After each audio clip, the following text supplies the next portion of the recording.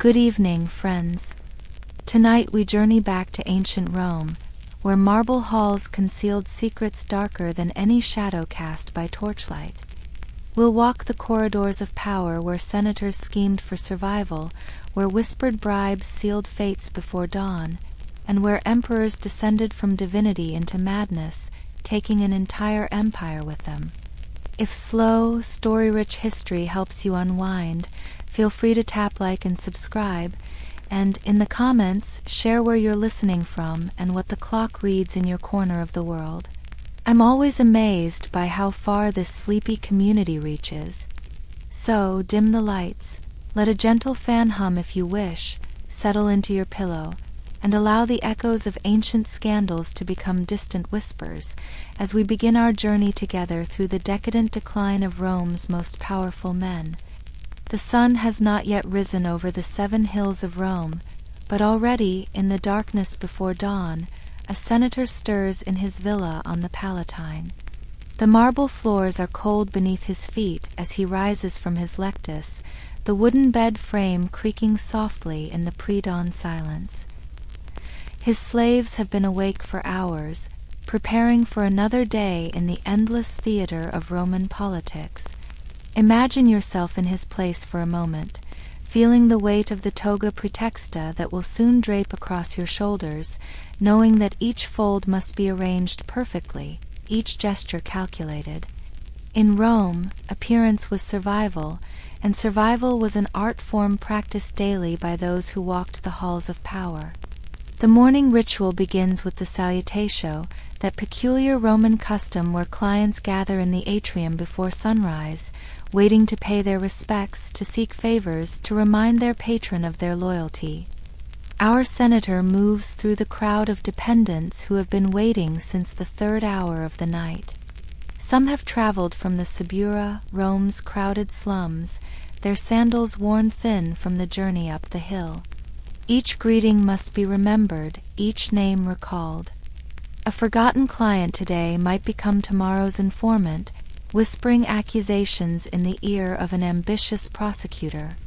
The senator nods, accepts their morning salutations with practiced grace, distributing small coins, promises of recommendation, sometimes merely the gift of acknowledgement. The slaves bring him his morning meal, simple fare compared to the elaborate dinners he must attend, but carefully chosen nonetheless. Bread dipped in wine, perhaps some olives, a piece of cheese from his estates in Campania. He eats slowly, methodically, while his nomenclator whispers reminders about each waiting client, their connections, their potential usefulness. As the first light begins to filter through the compluvium, that rectangular opening in the roof that brings both light and rain into Roman homes, our senator prepares for the true performance of his day.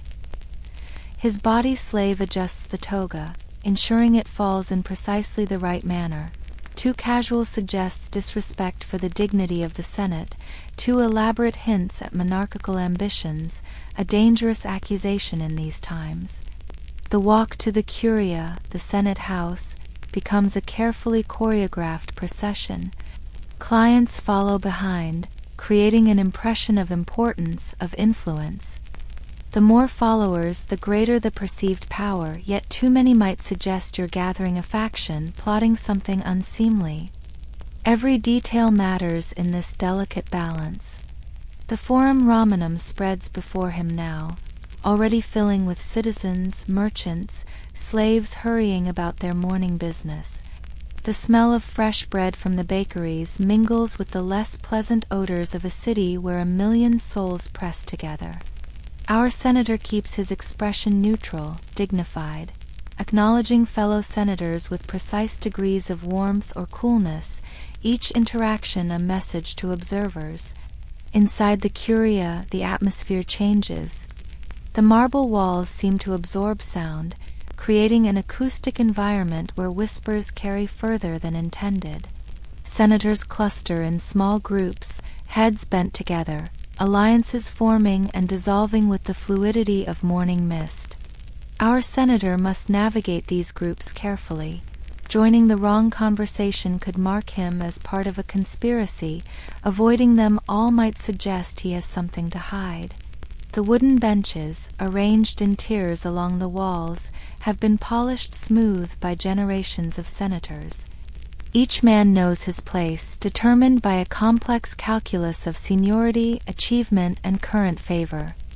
To sit in the wrong spot would be noted, discussed, perhaps reported to those who collect such information. Consider the mental exhaustion of maintaining this constant vigilance. Every word must be weighed before speaking, every reaction measured. In the Republic's earlier days, senators might have debated with passion, with genuine conviction, but now, under the watchful eyes of imperial informants, passion itself has become dangerous. The art of speaking in the Senate has evolved into something peculiar. Senators praise proposals they secretly oppose, using such elaborate language that their true meaning becomes obscured. They might spend an hour discussing the proper management of aqueducts while actually negotiating military commands, or debate tax policy while really determining who will survive the next round of prescriptions. Our senator has learned to read these hidden meanings, the slight emphasis on a particular word, the pause before agreeing, the choice of historical precedent cited. When Marcus Aurelius mentions Cato the Elder, is he praising traditional values or warning against stubborn opposition? When Gaius Flavius recalls the Gracchi brothers, does he admire their reforms or remind everyone of their violent ends? The morning session proceeds with its formal rituals. The reading of omens, always favorable of course, for who would dare suggest the gods disapprove? The recitation of dispatches from the provinces, carefully edited to support whatever narrative the current regime prefers. The presentation of embassies from foreign kingdoms, their gifts and supplications a reminder of Rome's power, or perhaps its growing weakness. Between these formal proceedings come the moments of real danger. A senator rises to propose honors for the emperor, and everyone must gauge the appropriate level of enthusiasm. Too little suggests disloyalty, too much might seem mocking, especially if the emperor is known for his supposed modesty. Our senator joins the chorus of approval with calculated precision, not the first to stand, which would seem obsequious, not the last, which would seem reluctant. During a brief recess, senators drift into the vestibule. Here, in hurried whispers, the real business often occurs. Our senator is approached by a colleague who mentions, seemingly in passing, that his nephew needs a position in the urban cohorts. The request is never stated directly, but the implication is clear. In exchange, this colleague might support our senator's proposal about grain distribution, or perhaps more importantly, he might not support an enemy's accusation. These exchanges of influence, of mutual obligation, form the invisible architecture of Roman politics. Every favor creates a debt, every debt a potential vulnerability. Our senator maintains a mental ledger of these obligations, who owes him, whom he owes, which debts can be called upon, and which must be carefully preserved for future crises. The afternoon brings new challenges. A trial is announced, one of those spectacles where political destruction masquerades as justice. The accused is a former consul, charged with maestas, that conveniently vague crime of diminishing the majesty of the Roman people, which in practice means whatever the prosecutors need it to mean. Our senator must decide quickly. Support the accused and risk being associated with his alleged crimes? Remain silent and appear cowardly? Join the prosecution and gain favor with the powerful, but earn the enmity of the accused family and friends? He watches as other senators make their calculations, noting who speaks first, who remains seated, who suddenly remembers urgent business elsewhere. The prosecutor, a young ambitious sort hoping to make his reputation, presents evidence that seems compelling yet strangely insubstantial. Letters that might mean anything, witnesses who speak in generalities, interpretations of actions that could be innocent or treasonous depending on one's perspective. Our senator recognizes the technique, building a case not on facts but on fear, letting each listener's imagination fill in the gaps. The accused makes his defense with the dignity expected of his rank, but everyone can see the resignation in his eyes. He knows, as they all know, that guilt or innocence matters less than political convenience. His fate was likely decided before he entered the Curia, in private meetings between power brokers who weighed his usefulness against his liability. As the vote approaches, our senator feels the familiar tightness in his chest.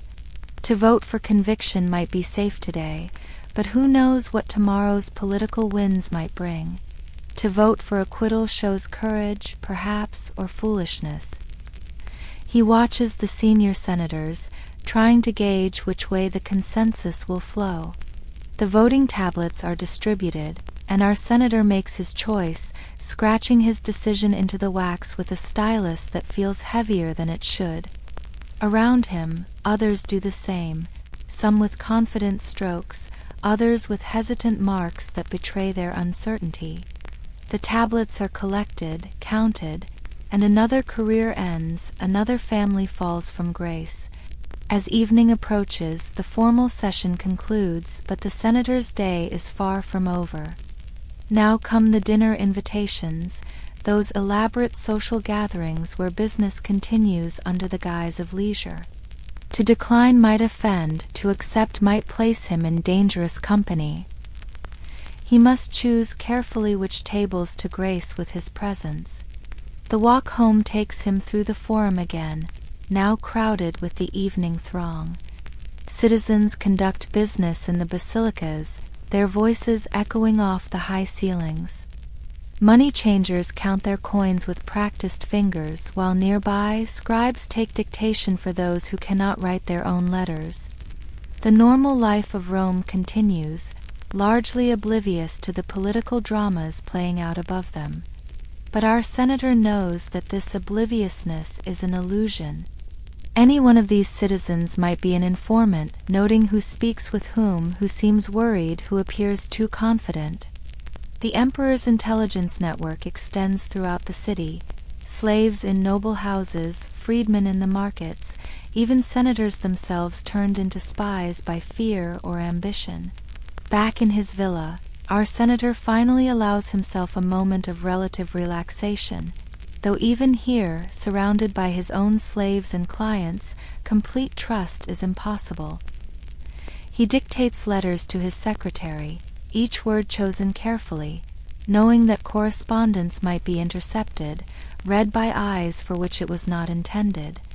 One letter goes to his estate manager in Tuscany, ostensibly about olive harvests and vine cultivation, but containing coded references to political developments.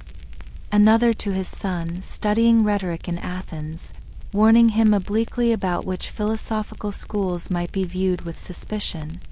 A third to a fellow senator, proposing a meeting to discuss matters of mutual interest, a phrase that could mean anything or nothing.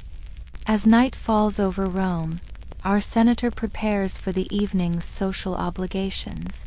His slaves help him into a fresh toga, this one for dining rather than Senate business. They perfume his hair with Eastern oils, arrange his toga's folds to suggest casual elegance rather than formal dignity. Every transformation has its purpose, its message. The dinner party he attends tonight is hosted by a senator of greater wealth and influence. The villa sparkles with oil lamps, hundreds of them creating pools of golden light.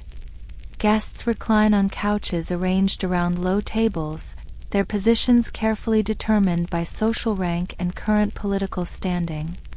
Our senator notes who has been placed where, reading the host's intentions in the seating arrangement. The conversation flows as freely as the wine, but beneath the wit and laughter runs an undercurrent of calculation.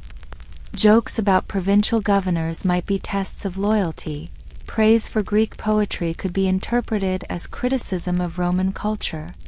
Our senator contributes appropriately, telling amusing but safe anecdotes, praising the host's taste without seeming to flatter. Between courses, while acrobats perform in the central space, private negotiations continue. A senator's wife mentions that her cousin seeks a position in Syria.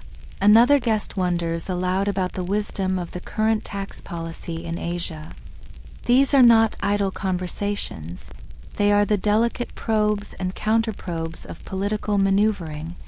Our senator notices a colleague who seems unusually quiet tonight, the same man who was so vocal in prosecuting today's victim. Is he troubled by conscience or calculating his next move?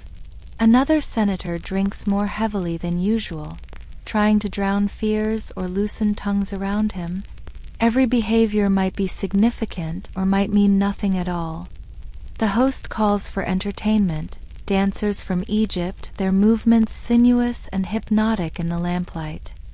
While the other guests watch, distracted, our senator feels a hand on his shoulder.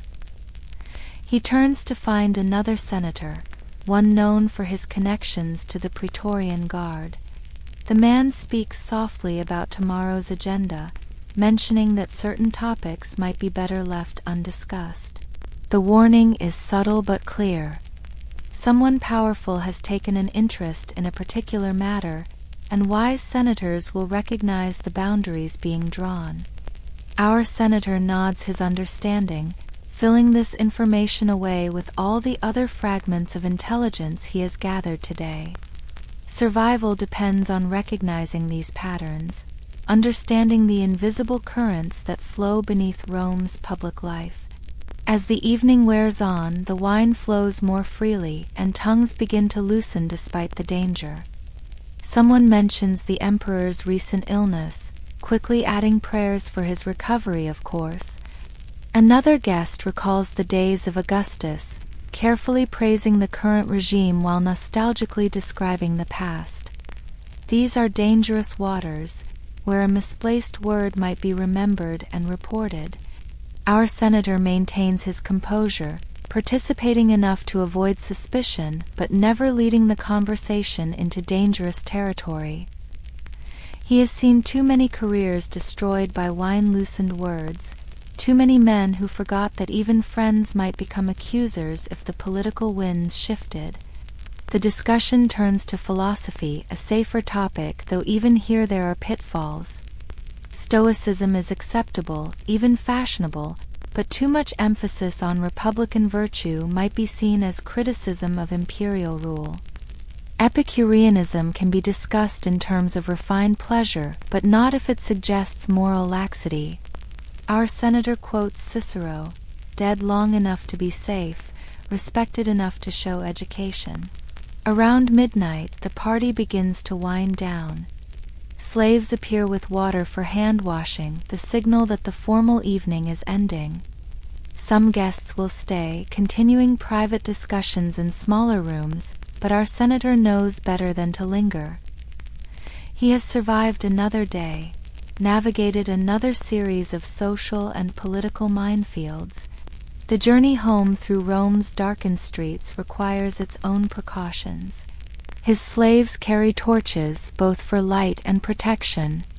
The city at night belongs to different forces, thieves and cutthroats, certainly, but also the urban cohorts on patrol, and more dangerously, those who might arrange an accident for a politically inconvenient senator. The Subura below seethes with nocturnal activity, taverns still open, voices raised in drunken argument or laughter.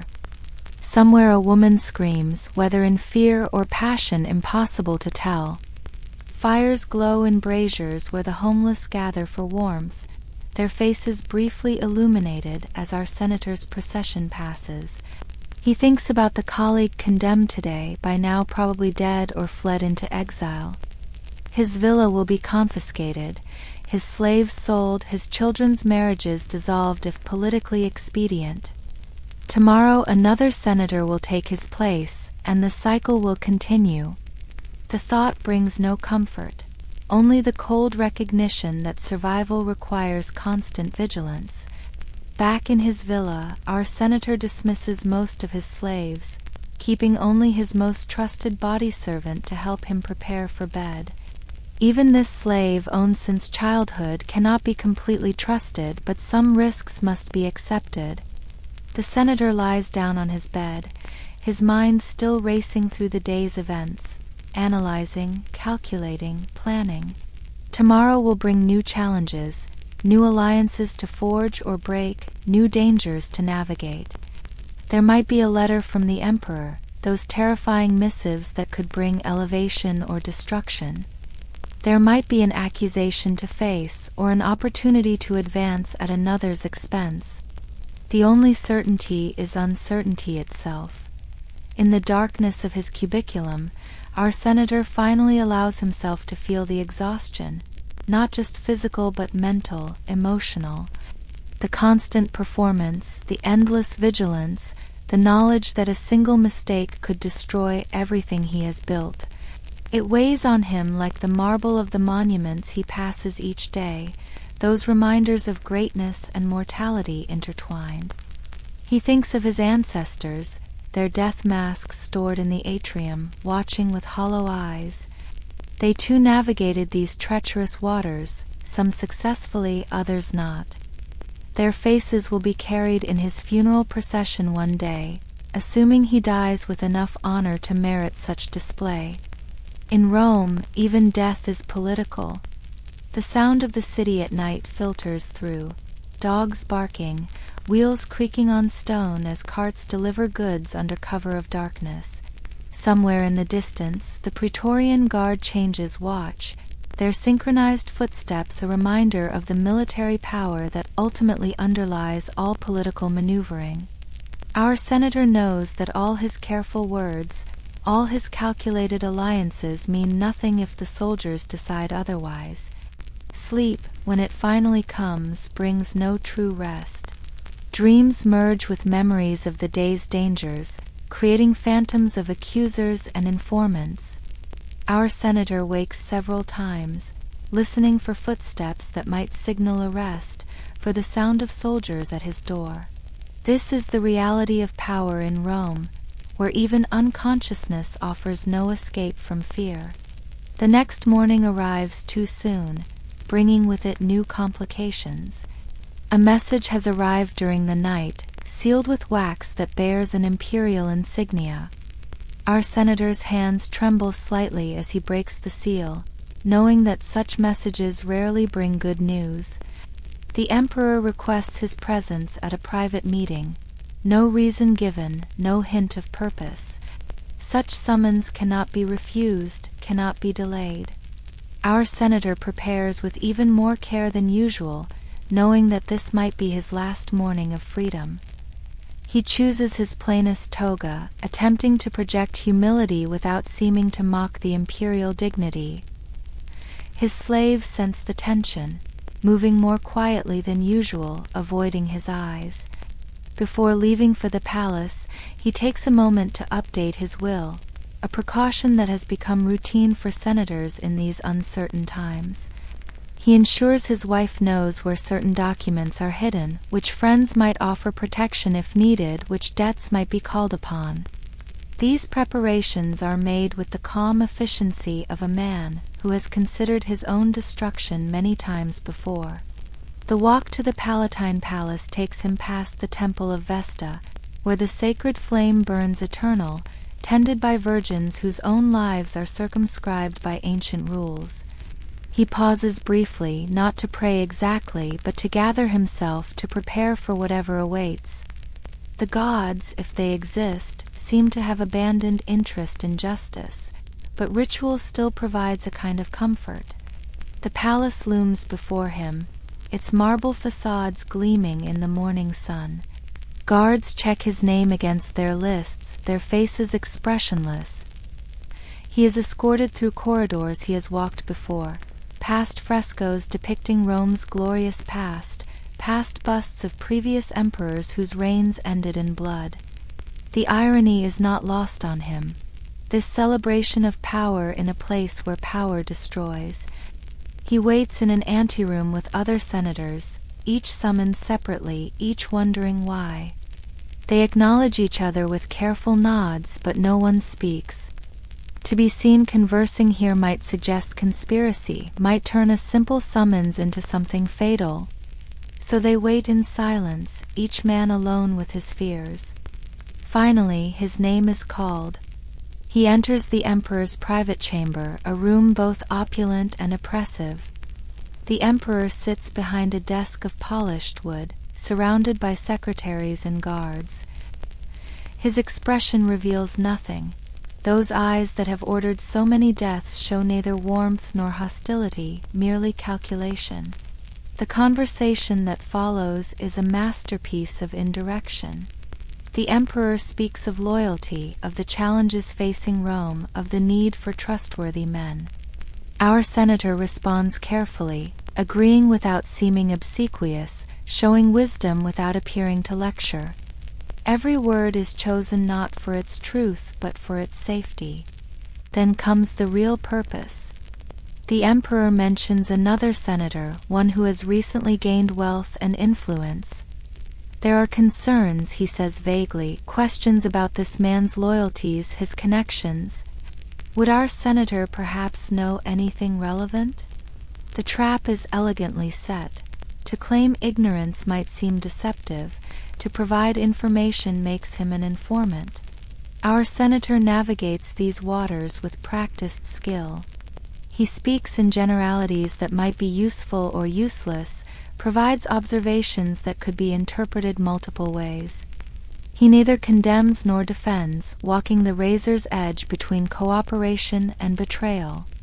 The emperor listens, nods, his expression still unreadable. The meeting ends with ambiguity. The emperor thanks him for his service, mentions possible opportunities in provincial governance. Are these rewards or exile in disguise? Our senator will not know for days, perhaps weeks. This uncertainty itself is a form of control, keeping men off balance, grateful for each day they remain in favor. Leaving the palace, our senator feels the weight of what has just occurred. He has been recruited, willingly or not, into the emperor's network of information. From now on, he will be watched even more closely, his relationships scrutinized, his loyalties tested. He has survived this encounter, but survival has its own price. The forum seems different now.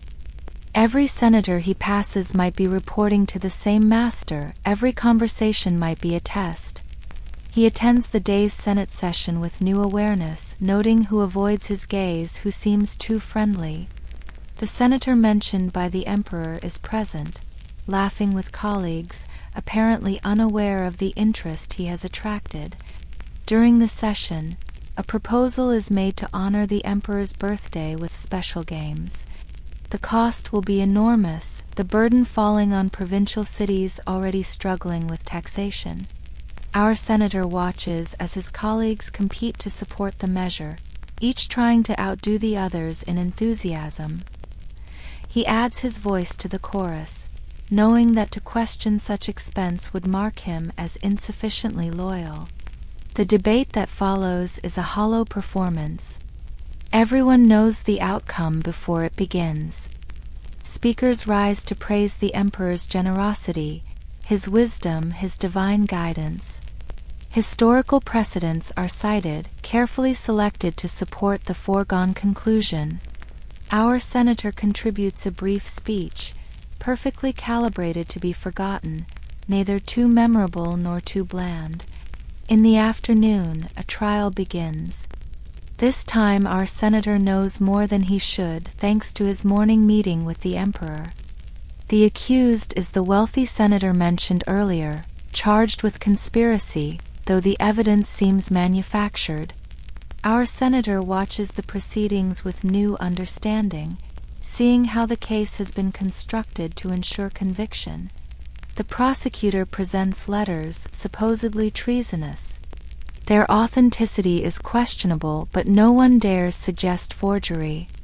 Witnesses testify to conversations they claim to have overheard, their stories too consistent, too convenient. Our senator recognizes some of these witnesses, men who owed debts, who needed favors, who have been transformed into weapons. The accused defends himself with desperate eloquence, but his fate is sealed. Our senator sees it in the faces of his colleagues, the careful distance they maintain, the way they avoid meeting his eyes. This man's wealth will be confiscated, his position redistributed among those who prove their loyalty by condemning him. The machine of destruction grinds forward, efficient, inexorable. When the vote comes, our senator joins the majority. He has no choice now, having been made complicit by the emperor's confidence. To vote for acquittal would reveal his morning meeting, would suggest he has defied imperial will. So he condemns a man he knows to be innocent, adding another weight to the burden he carries. After the session, he is approached by younger senators, eager for guidance, for connection to someone who seems to have influence. He remembers being like them once, ambitious, believing that skill and virtue might lead to honorable success. Now he sees them as potential threats, or tools, or victims. Everyone in the Senate is all three, depending on circumstances. He advises them carefully, teaching them the art of survival without explicitly acknowledging that this is what he does. Speak clearly but say nothing, support enthusiastically but avoid initiative, build alliances but trust no one completely. The lessons of a degraded age, where wisdom means knowing how to submit while appearing to lead. The evening brings another social obligation, a wedding feast for a colleague's daughter. These celebrations have become opportunities for display, families showing their wealth and connections, their continued relevance. Our senator attends with his wife, both performing their roles in this elaborate social dance. The bride is young, perhaps 14, married to secure a political alliance rather than for love. Our senator watches her carefully composed face, seeing his own daughter's future in this arrangement. The personal sacrifice to the political, another price of maintaining position in Rome's treacherous hierarchy. The feast is elaborate, exotic foods from across the empire, entertainment from every corner of the conquered world. Yet beneath the luxury runs a current of anxiety. Everyone knows that such displays of wealth attract attention, might provoke envy or accusations of corruption. The host navigates between magnificence and modesty, trying to impress without appearing to challenge. Our senator mingles carefully, congratulating the families, discussing trivial matters with studied interest. He notices which senators are absent, their excuses politely accepted but their absence noted. In Rome, even celebrating a wedding requires political calculation, choosing which invitations to accept, which alliances to acknowledge. Late in the evening, wine loosens tongues again. Someone mentions the trial from earlier, quickly adding that justice was served, of course. Another guest wonders aloud about the emperor's health, his increasing paranoia, though the word is never used. These dangerous topics arise and disappear, like bubbles in wine, briefly visible before bursting. Our senator extracts himself before the conversation becomes too dangerous. He has learned when to leave, that crucial skill of knowing when presence becomes liability. His departure is noticed but not remarkable. Others too are making their excuses, preserving themselves for another day's survival. The journey home takes him through the Campus Martius, where once citizens gathered to elect their leaders, where the Republic's ghost still haunts the empty spaces. Now it serves for imperial displays, military parades, public executions, the bread and circuses that keep the masses distracted. Our senator remembers his grandfather's stories of when votes mattered, when citizenship meant more than subjection. But those days are gone, if they ever truly existed as memory claims. The Republic died not in a single moment but through 1,000 compromises. each reasonable in isolation, collectively fatal to freedom. Our senator understands this, understands his own role in perpetuating the system that oppresses him. Back in his villa, preparing for sleep, he reflects on the day's events. Another innocent man condemned, another step deeper into the emperor's web of information and control. Tomorrow he will wake and repeat the performance, the careful words, the calculated risks, the constant vigilance against destruction. His wife joins him briefly. They speak in whispers even here, in their own bedroom, surrounded by slaves they've owned for years. She tells him of rumors from the market, of food shortages blamed on speculators but really caused by imperial requisitions. He shares what little he can, warning her obliquely about which social connections might become dangerous. They sleep separately, as is custom, but tonight he wishes for the comfort of another's presence, someone who understands the weight he carries. But even his wife cannot fully be trusted, not because she would betray him intentionally, but because in Rome, everyone breaks under sufficient pressure. As night deepens over the eternal city, our senator lies awake despite his exhaustion. Through his window, he can see the glow of fires on the Palatine, where the emperor keeps his own vigil, planning tomorrow's destructions. Somewhere in the city, the man condemned today prepares for death or exile, his family mourning a fall that was ordained before the trial began. This is the reality of senatorial life in imperial Rome, not the glory of conquest or the wisdom of governance, but the daily struggle to survive in a system that consumes even those who serve it.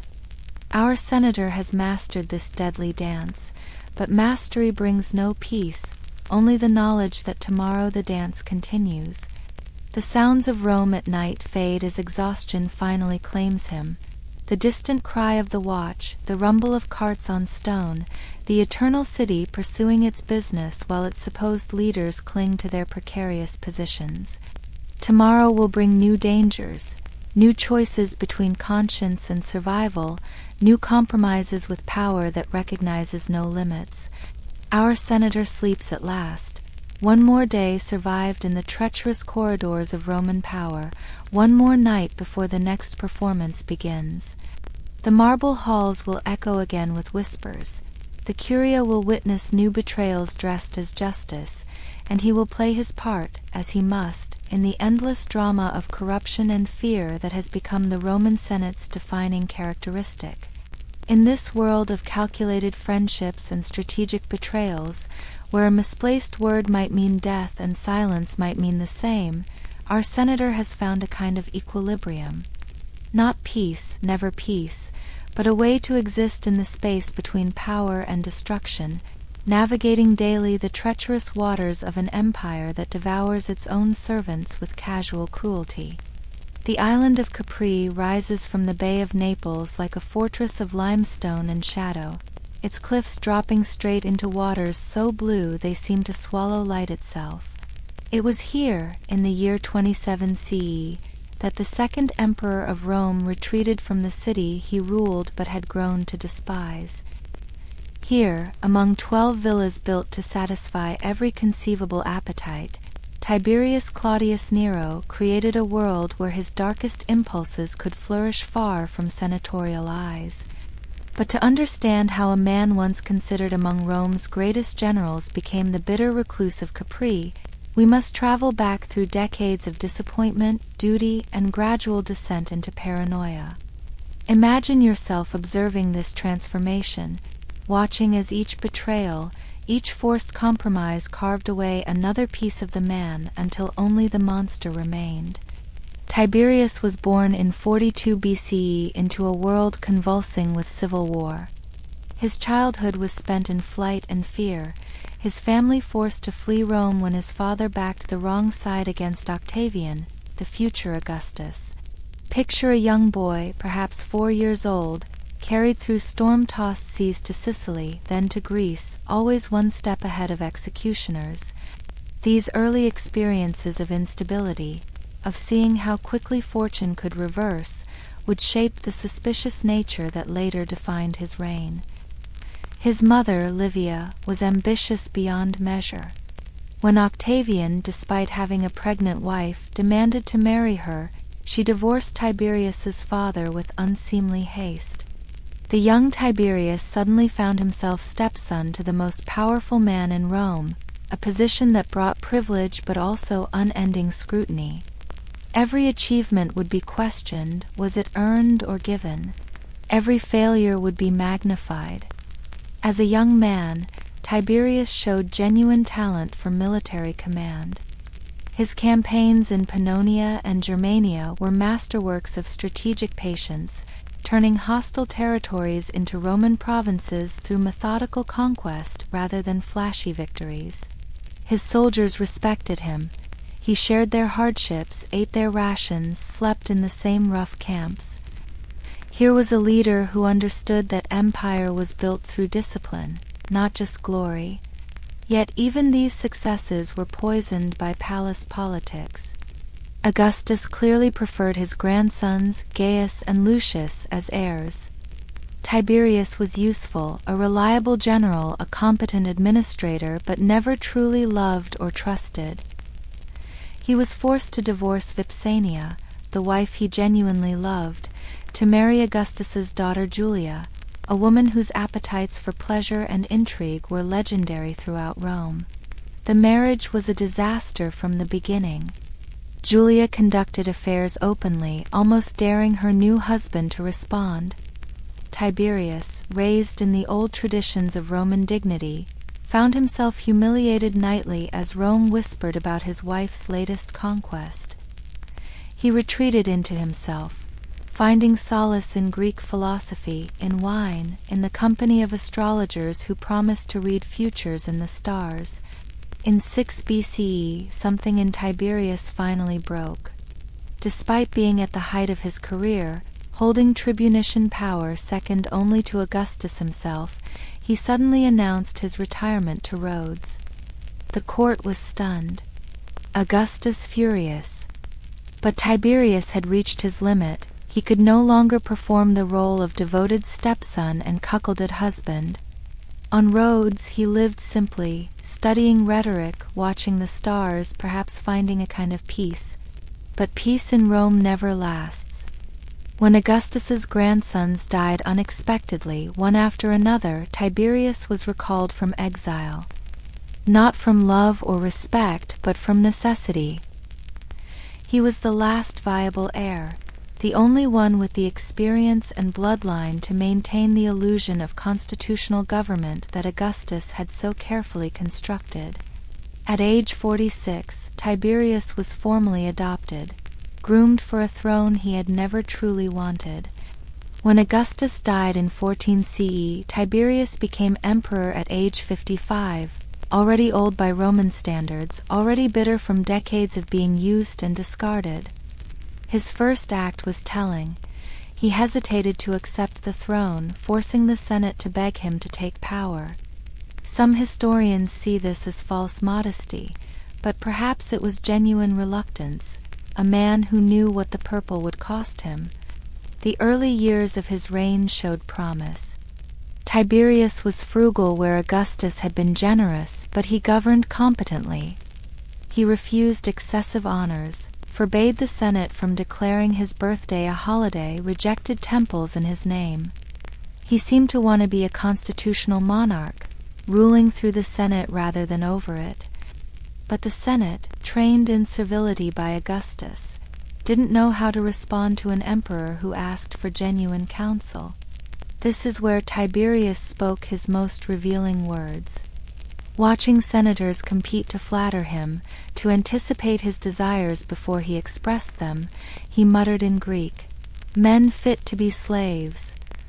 The contempt in those words, the disgust at what Rome's proud republicans had become.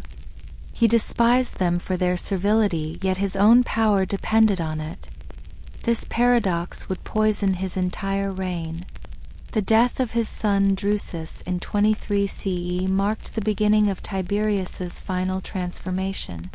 Drusus had been his only emotional anchor, the one person whose loyalty he never questioned. The young man's death, possibly by poison, though we cannot be certain, left Tiberius truly alone. He began to see conspiracies everywhere, which, given the nature of imperial politics, probably existed. Enter Sejanus, the prefect of the Praetorian Guard, ambitious, ruthless, and cunning enough to recognize opportunity in an aging emperor's paranoia. Sejanus became Tiberius's eyes and ears in Rome, feeding his suspicions, eliminating potential threats whether real or imagined. The trials for treason multiplied.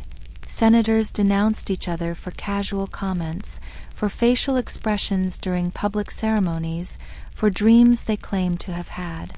In 27 CE, Tiberius made his fateful decision to leave Rome. He departed for Campania, supposedly for a short tour, but never returned. He settled on Capri, that island fortress where the only access was a single narrow stairway cut into the cliff, easily defended by a handful of guards. Here, 3 miles from the mainland, he could rule the empire without having to see the faces of those he ruled. The villas he built on Capri were architectural marvels, each designed for different pleasures, different moods. The Villa Jovis, perched on the island's eastern cliff, commanded views across the Bay of Naples to Vesuvius. Gardens carved from rock, pools that seemed to merge with the sea itself, rooms decorated with art looted from across the empire. But beauty could not mask the darkness that flourished here. The ancient historians, particularly Suetonius, describe scenes that challenge our modern sensibilities.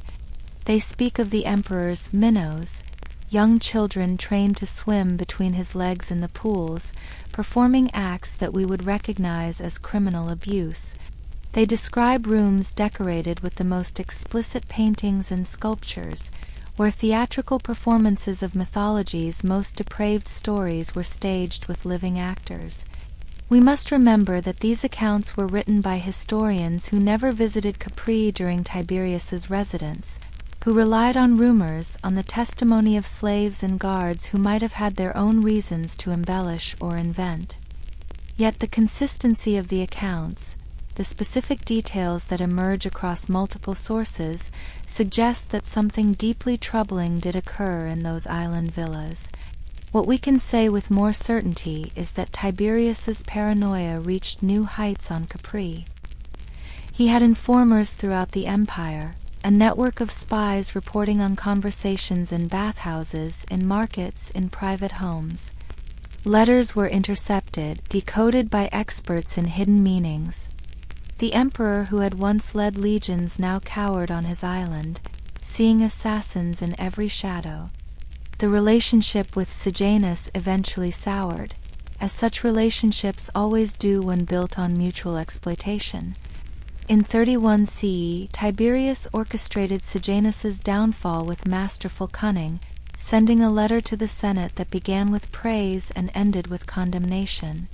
Sejanus, who had entered the Senate that morning as the second most powerful man in Rome, was strangled that evening in prison. His children were executed. His infant daughter reportedly assaulted first to avoid the religious prohibition against executing virgins. From Capri, Tiberius continued to govern through letters, long, rambling missives that mixed philosophical musings with death sentences. The Senate would gather to hear these communications, parsing every word for hidden meanings, trying to divine the emperor's will from across the water. Sometimes the letters contradicted each other, leaving senators paralyzed, afraid to act on instructions that might have already been reversed. The isolation seemed to accelerate Tiberius's mental deterioration. He became obsessed with astrology, surrounding himself with Chaldean mystics who claimed to read the future in planetary movements. He would spend entire nights on the villa's terraces, watching the stars, perhaps seeking in their cold light some escape from the trap of absolute power. His personal astrologer, Thrasyllus, became one of the few people he trusted, though even this trust was conditional, tested through elaborate deceptions. The physical description of Tiberius in these later years is disturbing. His face, once handsome in a severe way, became covered with sores and plasters. Some historians suggest these were symptoms of syphilis, others that they were psychosomatic manifestations of his mental state. He reportedly became sensitive about his appearance, executing anyone who looked at him too directly, who might be silently mocking his deterioration. Yet even in his degradation, Tiberius retained a sharp intelligence.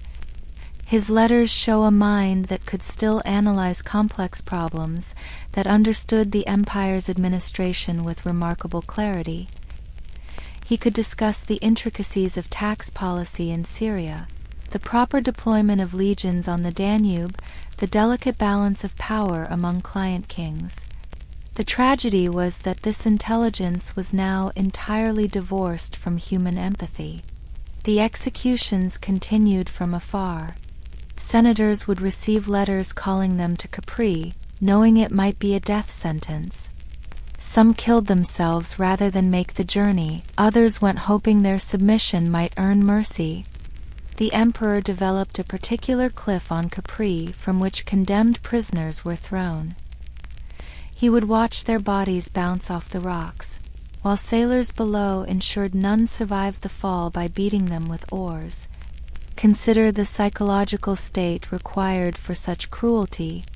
This was a man who had once been known for his sense of duty, his adherence to traditional Roman values. The transformation speaks to how absolute power corrupts, not suddenly but through slow erosion of moral boundaries. Each act of cruelty made the next easier. Each execution reduced his capacity to see others as human. The Senate during these years became a grotesque theater. They voted honors for an emperor they never saw, praised decisions they feared, condemned colleagues based on rumors from Capri. When news arrived that Tiberius had executed someone, they would retroactively find reasons to justify it, competing to demonstrate their loyalty through creative interpretations of non-existent crimes. One senator, Marcus Terentius, showed rare courage when accused of friendship with Sejanus. Rather than deny it, he admitted the relationship, pointing out that Sejanus had been honored by the emperor himself, that friendship with him had once been a sign of loyalty. His honest defense so surprised the court that he was actually acquitted, though he wisely retired from public life immediately after. The empire itself continued to function despite the dysfunction at its heart. Governors administered provinces, legions defended frontiers, merchants traded across the Mediterranean. The machinery of empire had momentum independent of its emperor, though corruption flourished in the absence of oversight. Officials knew that Tiberius, isolated on Capri, was unlikely to investigate their excesses unless they became too flagrant to ignore. Tiberius seemed aware of his own monstrosity. In letters he wrote of his torments, comparing himself to a man being torn apart from within. He knew he was hated, knew that Rome celebrated when rumors of his death periodically surfaced. Yet he could not stop, could not break free from the patterns of paranoia and cruelty that had become his only way of relating to the world. The young Caligula was brought to Capri during these years, ostensibly as a potential heir, though Tiberius seems to have recognized the boy's vicious nature. "I am nursing a viper for the Roman people," he reportedly said, yet he did nothing to prevent Caligula's succession. Perhaps he wanted Rome to suffer. Perhaps he simply no longer cared what happened after his death. Life on Capri followed rhythms divorced from the natural world. Tiberius would sleep during the day, conducting his dark ceremonies at night when the mainland's lights twinkled across the water like distant stars. The normal patterns of Roman life, sunrise prayers, morning salutations, the structured progression of daily business, all were abandoned in favor of an existence governed entirely by whim and paranoia. The emperor's daily routine, if it could be called that, began at sunset. Slaves would prepare his bath, scented with oils from Arabia, heated to precise temperatures that seemed to soothe his diseased skin. He would soak for hours, dictating letters to secretaries who stood at a careful distance, never meeting his eyes directly. These sessions produced the communications that terrorized Rome, wandering documents that mixed philosophical observations with death sentences. His meals were elaborate productions despite his advancing age and declining appetite. Delicacies from every corner of the empire arrived daily, preserved in snow from the Alps, pickled in garum from Hispania. Yet witnesses reported he often barely touched these feasts, preferring to watch others eat while he questioned them, testing their loyalty through increasingly bizarre conversations. The astrologers remained constant companions. Tiberius had charts drawn for every senator, every potential threat. He believed the stars revealed men's destinies, that certain conjunctions indicated treachery, others promised loyalty. When a senator's stars suggested danger, that man would receive a summons to Capri or simply disappear. The empire was being governed by celestial movements, interpreted by an increasingly deranged mind. Young Caligula learned to navigate this madness with disturbing skill. He showed no reaction to the depravities around him, neither disgust nor interest, maintaining a mask of bland compliance. Tiberius would test him, ordering him to participate in or witness acts designed to provoke some response. But Caligula had learned the ultimate lesson of survival in tyranny: to become empty, to reflect back whatever the tyrant wished to see. The correspondence between Capri and Rome reveals the empire's slow descent into paralysis. Governors would send requests for guidance on urgent matters and receive philosophical treatises on the nature of power. Military commanders seeking permission to engage enemies would get lengthy discussions of historical precedents from the Punic Wars. The empire continued to function, but like a body whose brain was slowly dying, responding to memory rather than current thought. In 33 CE, a financial crisis struck Rome. Banks failed, credit disappeared, the economic machinery that sustained the empire ground toward collapse. Tiberius's response showed flashes of his former competence. He provided interest-free loans from the imperial treasury, stabilizing the markets. Yet even this act of good governance was poisoned, as he used the crisis to destroy enemies who had borrowed beyond their means. The trials continued with mechanical regularity. A senator named Sextus Paconianus was executed for verses he wrote that might have mocked the emperor, though the interpretation required considerable imagination. Another died for allowing his slaves to change clothes near a statue of Tiberius, construed as disrespect to the imperial image. The accusations became increasingly absurd, yet no one dared point out their absurdity. On Capri, Tiberius surrounded himself with intellectuals and perverts in equal measure. Greek rhetoricians debated Stoic philosophy while in the next room unspeakable acts were performed. He seemed to find amusement in these contrasts, in discussing virtue with men who had abandoned it, in corrupting those who claimed moral superiority. The villas became laboratories for testing the limits of human degradation. The cliff from which prisoners were thrown became known as the Salto di Tiberio. Tiberius's leap, though it was his victims who made the plunge. He would sometimes question the condemned before their execution, engaging in philosophical discussions about death, asking if they preferred to die immediately or after contemplation.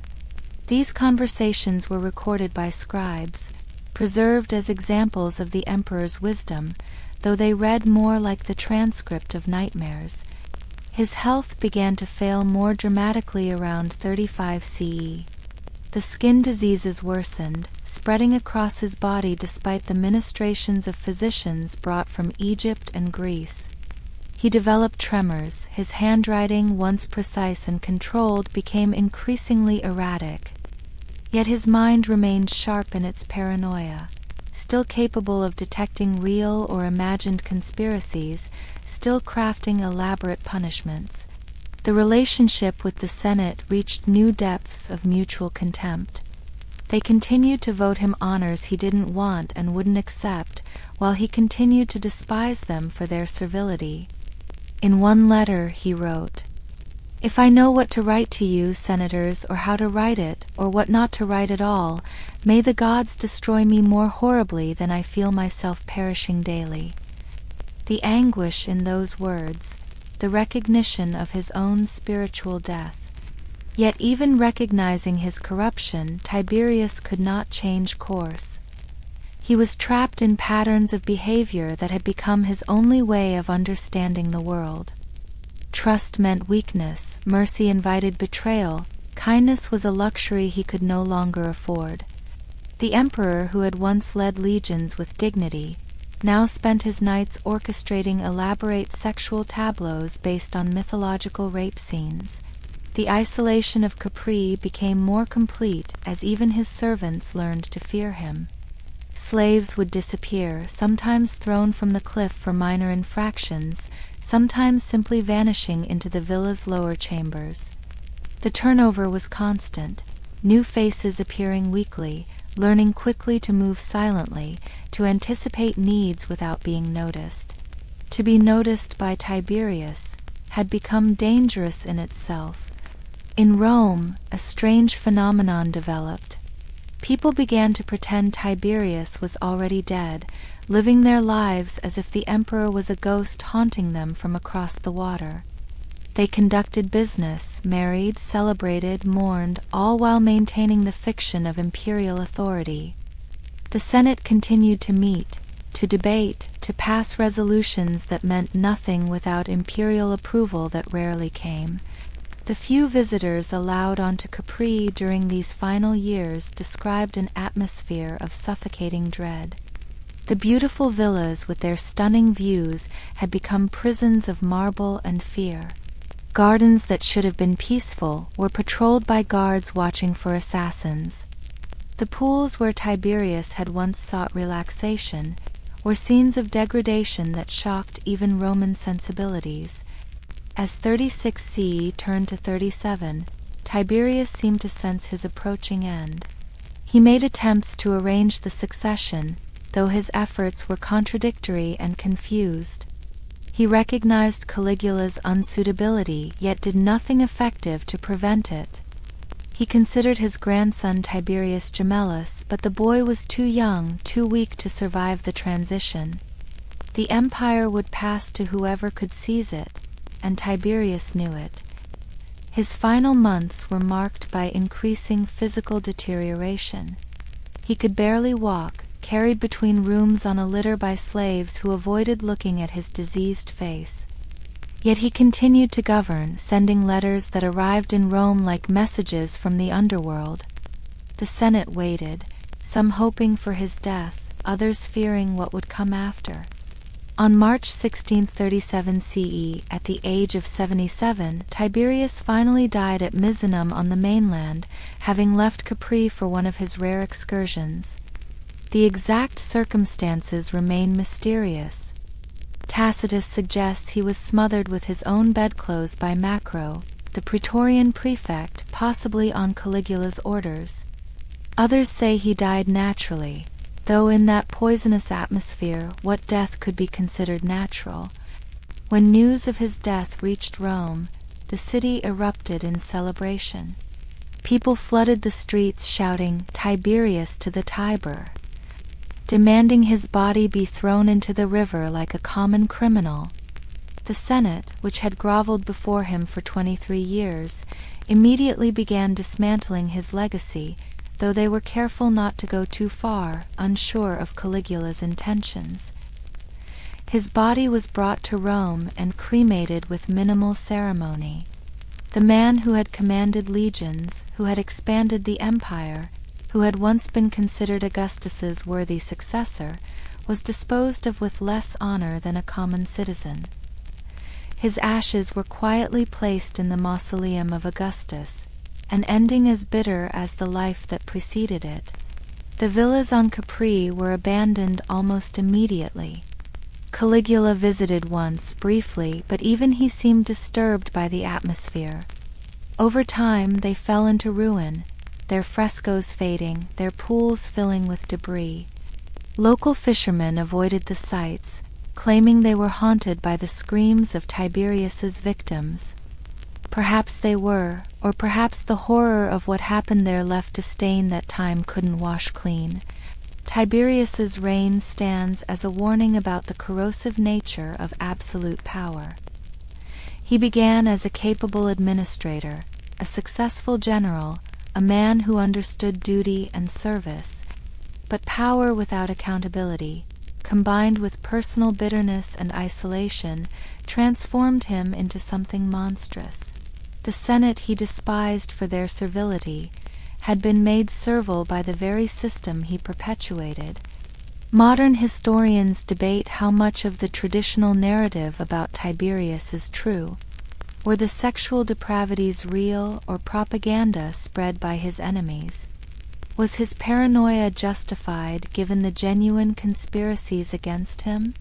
These questions cannot be definitively answered, but what remains clear is that his reign marked a turning point in Roman history. After Tiberius, the pretense that the emperor was merely first among equals was abandoned. The mask of republican government, already thin under Augustus, was torn away completely. Future emperors would not even pretend to consult the Senate, would not hesitate to display their power openly. Tiberius, in his bitter contempt for senatorial servility, had proven that the Senate would accept any degradation. His famous quote about the senators, "Men fit to be slaves," became a self-fulfilling prophecy. By treating them as slaves, he ensured they would behave as such. By assuming everyone was plotting against him, he created an atmosphere where plotting became necessary for survival. The corruption he saw everywhere was partly real, partly his creation, until the distinction no longer mattered. The tragedy of Tiberius was not just personal but institutional. He revealed the fatal flaw in Augustus's system, that it depended entirely on the character of the emperor.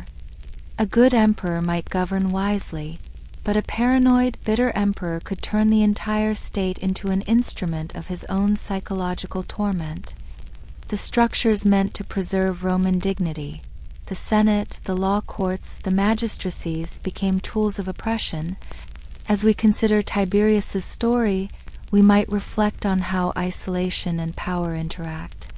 How a man separated from normal human contact, surrounded only by those who fear him, gradually loses the ability to understand human motivation beyond fear and greed.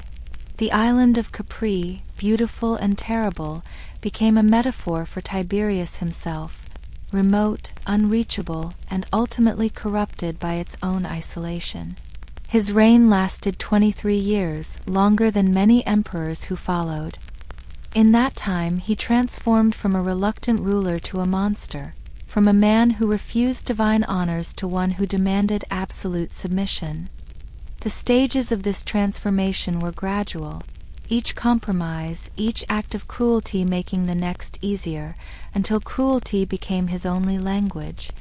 The final irony of Tiberius's life was that he achieved a kind of immortality, not through glory or achievement, but through horror.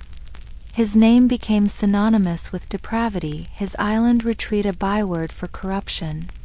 The man who had once wanted nothing more than to be left alone in Rhodes became one of history's most notorious tyrants, remembered not for his military victories or administrative competence, but for the darkness he nurtured on Capri. In the dying decades of the Roman Republic, the Forum Romanum witnessed a peculiar paradox. The more laws Rome passed against electoral corruption, the more corrupt elections became. The crime was called Ambitus, literally meaning going around, referring to candidates circulating among voters seeking support. But what began as legislation against simple bribery evolved into a weapon that destroyed the very system it was meant to protect. Imagine yourself standing in the Forum around 70 BCE. The election season has begun, and the space transforms into a marketplace of political ambition. Candidates dressed in specially whitened togas, the toga candida, move through the crowds like sharks through water, their attendants scattering coins with practiced discretion. Everyone knows this is illegal, everyone knows it happens anyway. The laws against Ambitus multiply year by year, yet corruption grows like a cancer, fed by the very medicines meant to cure it. To understand how anti-corruption laws destroyed the Republic, we must first understand how Roman elections actually worked. Citizens voted in various assemblies, organized by wealth and social status. The Centuriate Assembly, which elected consuls and praetors, was structured so that the wealthy centuries voted first, often deciding elections before the poor even cast their ballots. The tribal assembly elected lower magistrates, but here too, rural tribes dominated by large landowners held disproportionate power. The physical act of voting was public theater. Citizens climbed narrow wooden bridges called pontes to cast their ballots, visible to all, including the candidates and their agents who watched carefully, noting who supported whom. Even when the ballot became secret in 139 BCE, clever politicians found ways to monitor loyalty. They might mark coins distributed as bribes, checking later which supporters returned the proper tokens. The economy of electoral corruption was staggering. A typical campaign for consul in the late Republic might cost millions of sesterces. Candidates borrowed vast sums, mortgaging estates, forming syndicates of investors who expected returns through provincial commands and tax contracts. Marcus Crassus, the richest man in Rome, made his fortune partly by funding desperate candidates at usurious rates, creating networks of political debt that gave him control over policy. But direct monetary bribery was only the beginning. Candidates hosted elaborate games, those spectacles of blood and wonder that Romans claimed to despise but couldn't resist watching. A modest gladiatorial show might feature 20 pairs of fighters, but ambitious candidates presented hundreds, with exotic beasts from Africa, elaborate stage machinery, recreations of famous battles. The law said these games couldn't be held within 60 days of an election, so candidates held them 61 days before, fooling no one. The distribution of food became another form of quasi-legal bribery. Candidates would host public banquets, inviting entire tribes to feast at their expense. They distributed grain at subsidized prices, sometimes free, creating dependency networks that extended far beyond single elections. A grateful voter who had been fed through a lean winter would remember his benefactor for years, along with his children who had also eaten. The prosecution of Ambitus became a political weapon more dangerous than the corruption itself. Any successful candidate could expect to face charges from defeated rivals. The courts that tried these cases were themselves corrupted, judges bribed or intimidated into predetermined verdicts. The accusation alone could destroy a career, forcing politicians into bankruptcy defending themselves, even if ultimately acquitted. Consider the case of Publius Sulla, nephew of the dictator. Elected consul for 65 BCE, he was immediately prosecuted for ambitus and stripped of office before taking it. His replacement, chosen in a special election, was equally corrupt but had better political protection. Sulla spent the rest of his life trying to recover his dignity and fortune, a warning to others about the arbitrary nature of prosecution. The Lex Calpurnia of 67 BC attempted comprehensive reform. It established permanent courts for ambitus trials, imposed harsh penalties including 10 years of exile, and created rewards for successful prosecutors. The result was an explosion of prosecutions, as ambitious young men realized that destroying established politicians through the courts was easier than defeating them in elections. The social dynamics of corruption trials reveal the republic's dysfunction. Prosecutors were typically young men beginning their careers, seeking reputation through high-profile cases. Defenders were established advocates, often implicated in similar crimes themselves, creating webs of mutual blackmail. Judges were senators who might face similar charges tomorrow, making every verdict a political calculation rather than legal judgment. Marcus Tullius Cicero, that great defender of republican virtue, provides a case study in how even honest men were corrupted by the system. As consul in 63 BCE, he thundered against electoral corruption, yet his own letters reveal the compromises he made. He defended obviously guilty men in Ambitus trials because he needed their political support. He distributed gifts to voters through intermediaries, careful to maintain plausible deniability. The transformation of public entertainment into electoral weapons deserves particular attention. Gladiatorial games, originally religious ceremonies honoring the dead, became competitive displays of wealth and influence.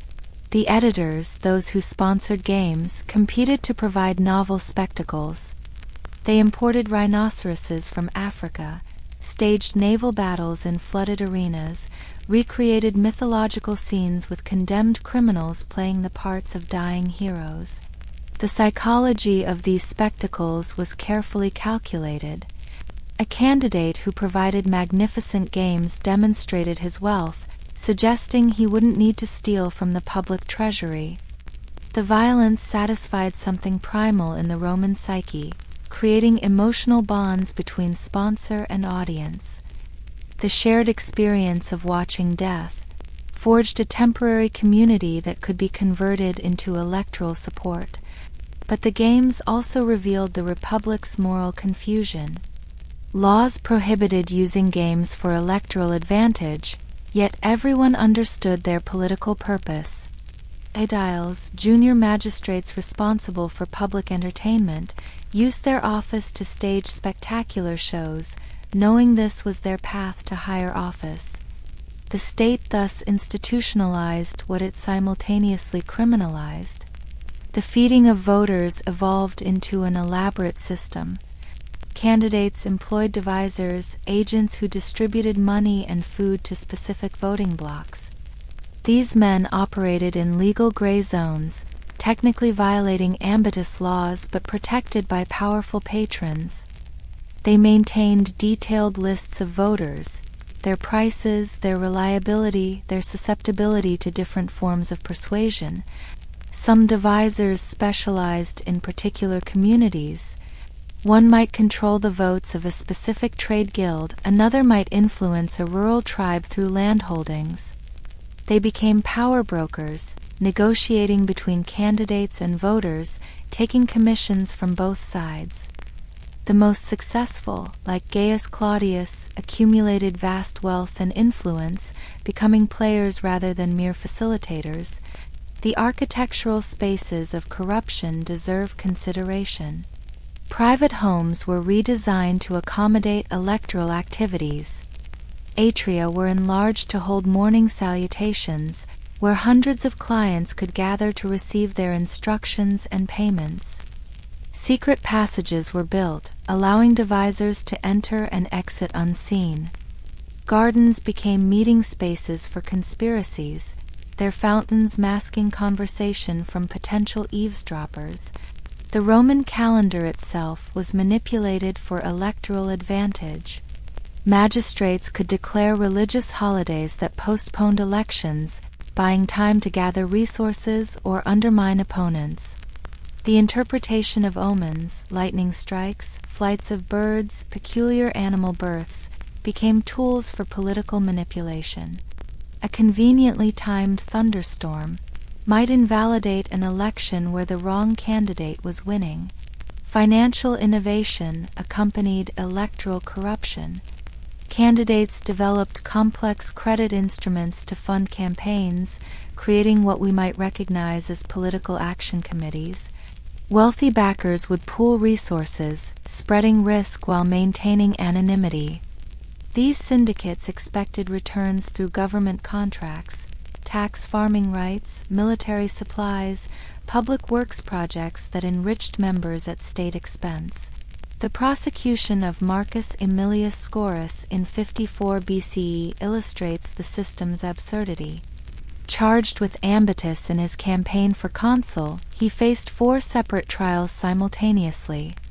His defenders argued that prosecuting him for bribery, while his accusers had also bribed judges and witnesses, made the entire proceeding meaningless.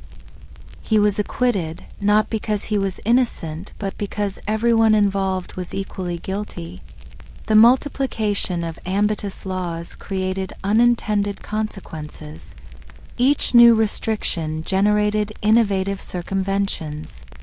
When direct payment to voters was prohibited, candidates paid for their transportation to Rome. When that was banned, they provided free lodging. When public banquets were restricted, private dinners multiplied. The law became a labyrinth, where skilled advocates could always find paths to acquittal. Young Marcus Caelius Rufus wrote to Cicero describing the reality of electioneering. "The laws against Ambitus are like spider webs," he observed, "strong enough to catch the weak and poor, but easily torn apart by the powerful and wealthy." His cynicism was earned. He had watched his own patron escape conviction through bribes to the very court trying him for bribery. The role of women in electoral corruption has been understated by ancient sources. Unable to vote or hold office, elite women nevertheless influenced elections through their social networks. They hosted dinner parties where deals were negotiated, used their wealth to fund candidates, sometimes their lovers, sometimes their husbands' rivals as insurance. Clodia Metelli, notorious for her affairs and wealth, allegedly funded multiple candidates simultaneously, hedging her political bets. The tribal system itself became corrupted. Wealthy men would formally adopt hundreds of lower-class citizens, transferring them into rural tribes where their votes carried more weight. These paper adoptions, obviously fraudulent, were rarely challenged because everyone engaged in similar manipulations. Rural tribes that should have represented farmers were packed with urban clients who had never touched a plow. The economics of prosecution reveal the system's perversity. Successful prosecutors received a portion of the convicted man's property, creating financial incentives for accusations. Professional accusers emerged, men who made their living destroying others through the courts. They studied their targets for years, collecting evidence, building networks of informants, waiting for the moment to strike. Some prosecutors specialized in particular types of cases, becoming experts in the technicalities of Ambitus law. They knew which judges could be influenced, which witnesses would perjure themselves for the right price, which legal precedents would resonate with particular juries. Their expertise made them valuable, but also dangerous, as today's prosecutor might be tomorrow's defendant. The impact on provincial administration was catastrophic. Governors who had bankrupted themselves winning office needed to recoup expenses through extortion. Provinces were systematically looted, taxes raised beyond sustainable levels, local treasuries emptied, artworks and religious artifacts stolen. The prosecution of Gaius Verres for his crimes in Sicily revealed a level of exploitation that shocked even cynical Romans. Yet Verres's defense strategy showed how Ambitus trials had corrupted justice itself. He didn't deny his crimes but argued that everyone did the same, that his prosecution was politically motivated rather than principled. His advocate, Hortensius, pointed out that Verres's accusers had also held provincial commands, suggesting they investigate their own conduct before condemning others. The transformation of military service into electoral currency represents another dimension of corruption. Generals would recruit soldiers with promises of land grants after victory, creating private armies loyal to commanders rather than the state. These veterans became voting blocs, mobilized during elections to support their former generals or their chosen successors. The sight of grizzled soldiers, scarred from Germanic campaigns or Parthian wars, marching to the voting grounds in formation, sent clear messages about where power truly resided. The career of Pompey the Great exemplifies this militarization of politics. His veterans from the eastern campaigns received lands in Italy, creating colonies of loyal voters strategically placed in crucial tribes. When Pompey needed legislation passed, thousands of his former soldiers would appear in Rome, their presence a reminder that political power grew from military might. The Senate could debate, but soldiers could act, and everyone understood this implicit threat. The financial records from this period, where they survive, reveal staggering sums. A successful campaign for consul might cost 10 million sesterces, more than the annual tribute from some provinces. This money didn't simply buy votes, it funded an entire infrastructure of corruption. There were specialists who forged citizenship documents, allowing non-citizens to vote. Others organized transportation for rural voters, ensuring they reached Rome at the correct moment. The timing of bribes became a sophisticated art. Too early, and voters might take multiple payments from different candidates. Too late, and rivals might have already secured loyalty. The most effective operators distributed payments in stages: an initial gift to secure attention, a second to confirm commitment, a final payment only after the vote was cast. This system required extensive record-keeping, lists that became dangerous documents, evidence of crimes that everyone committed. Consider the peculiar institution of sequesters. These were supposedly neutral parties who held bribe money in escrow, ensuring payment after elections. They operated openly, maintaining offices near the forum where candidates and their agents conducted business.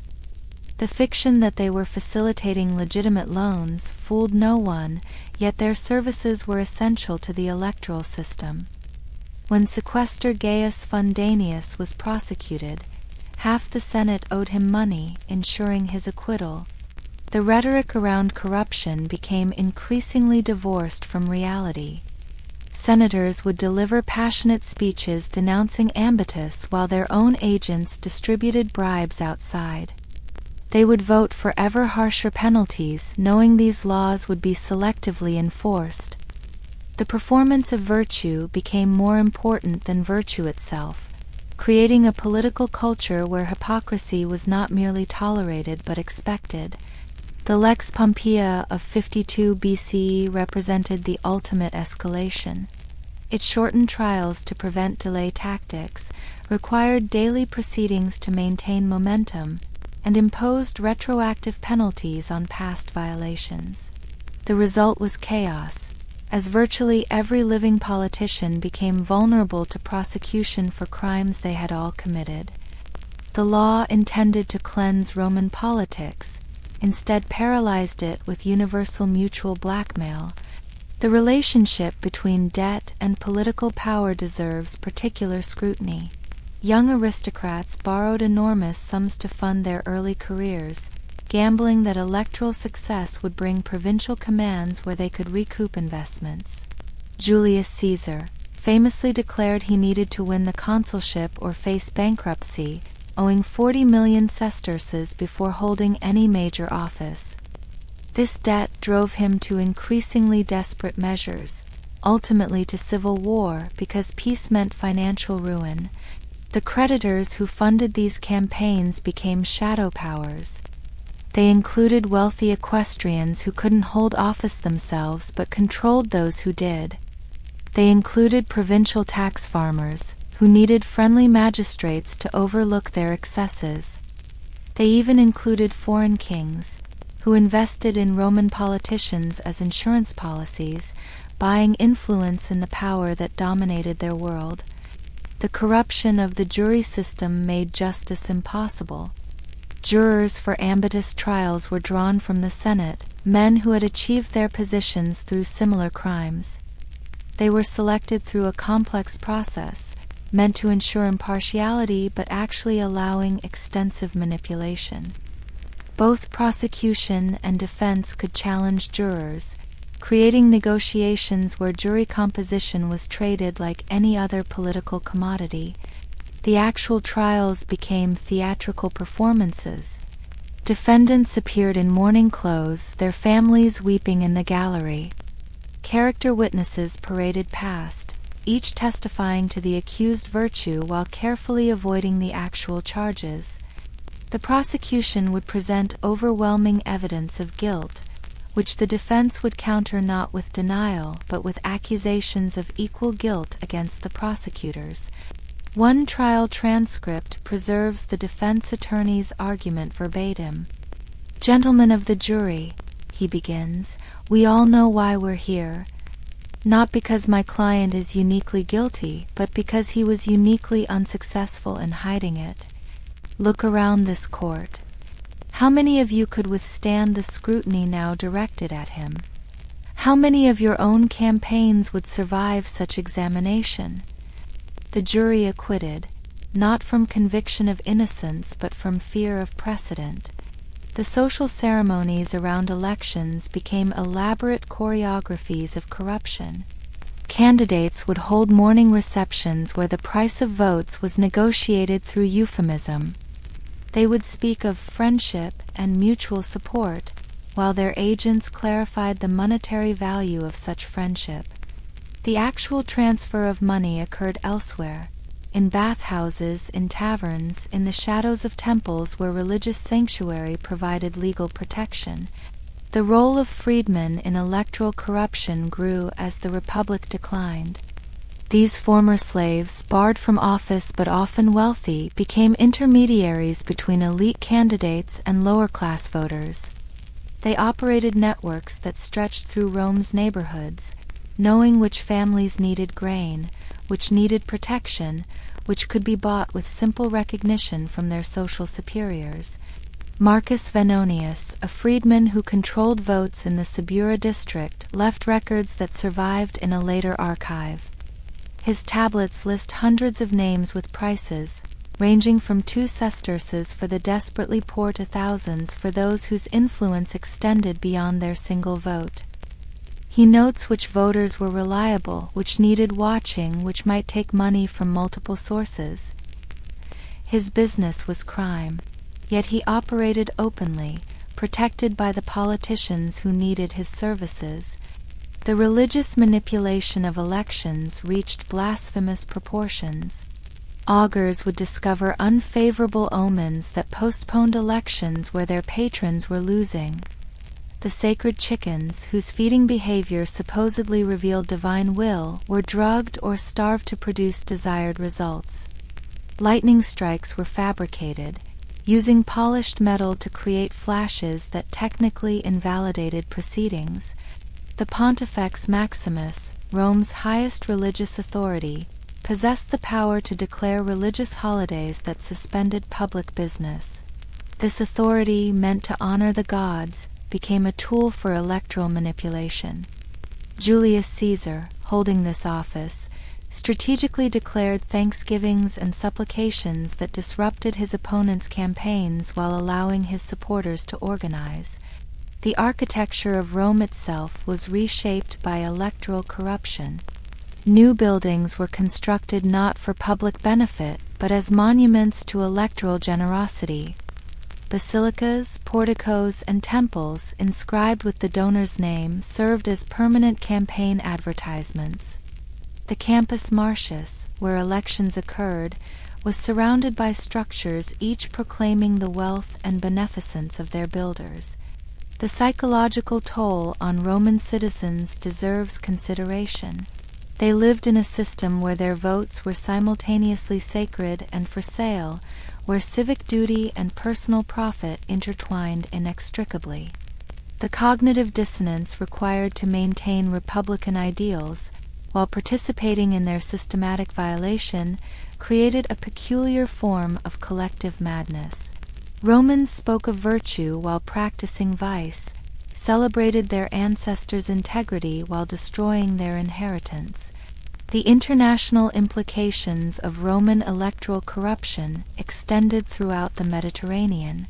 Client kings and allied states learned that Roman policy could be purchased, that treaties meant less than bribes to the right magistrates.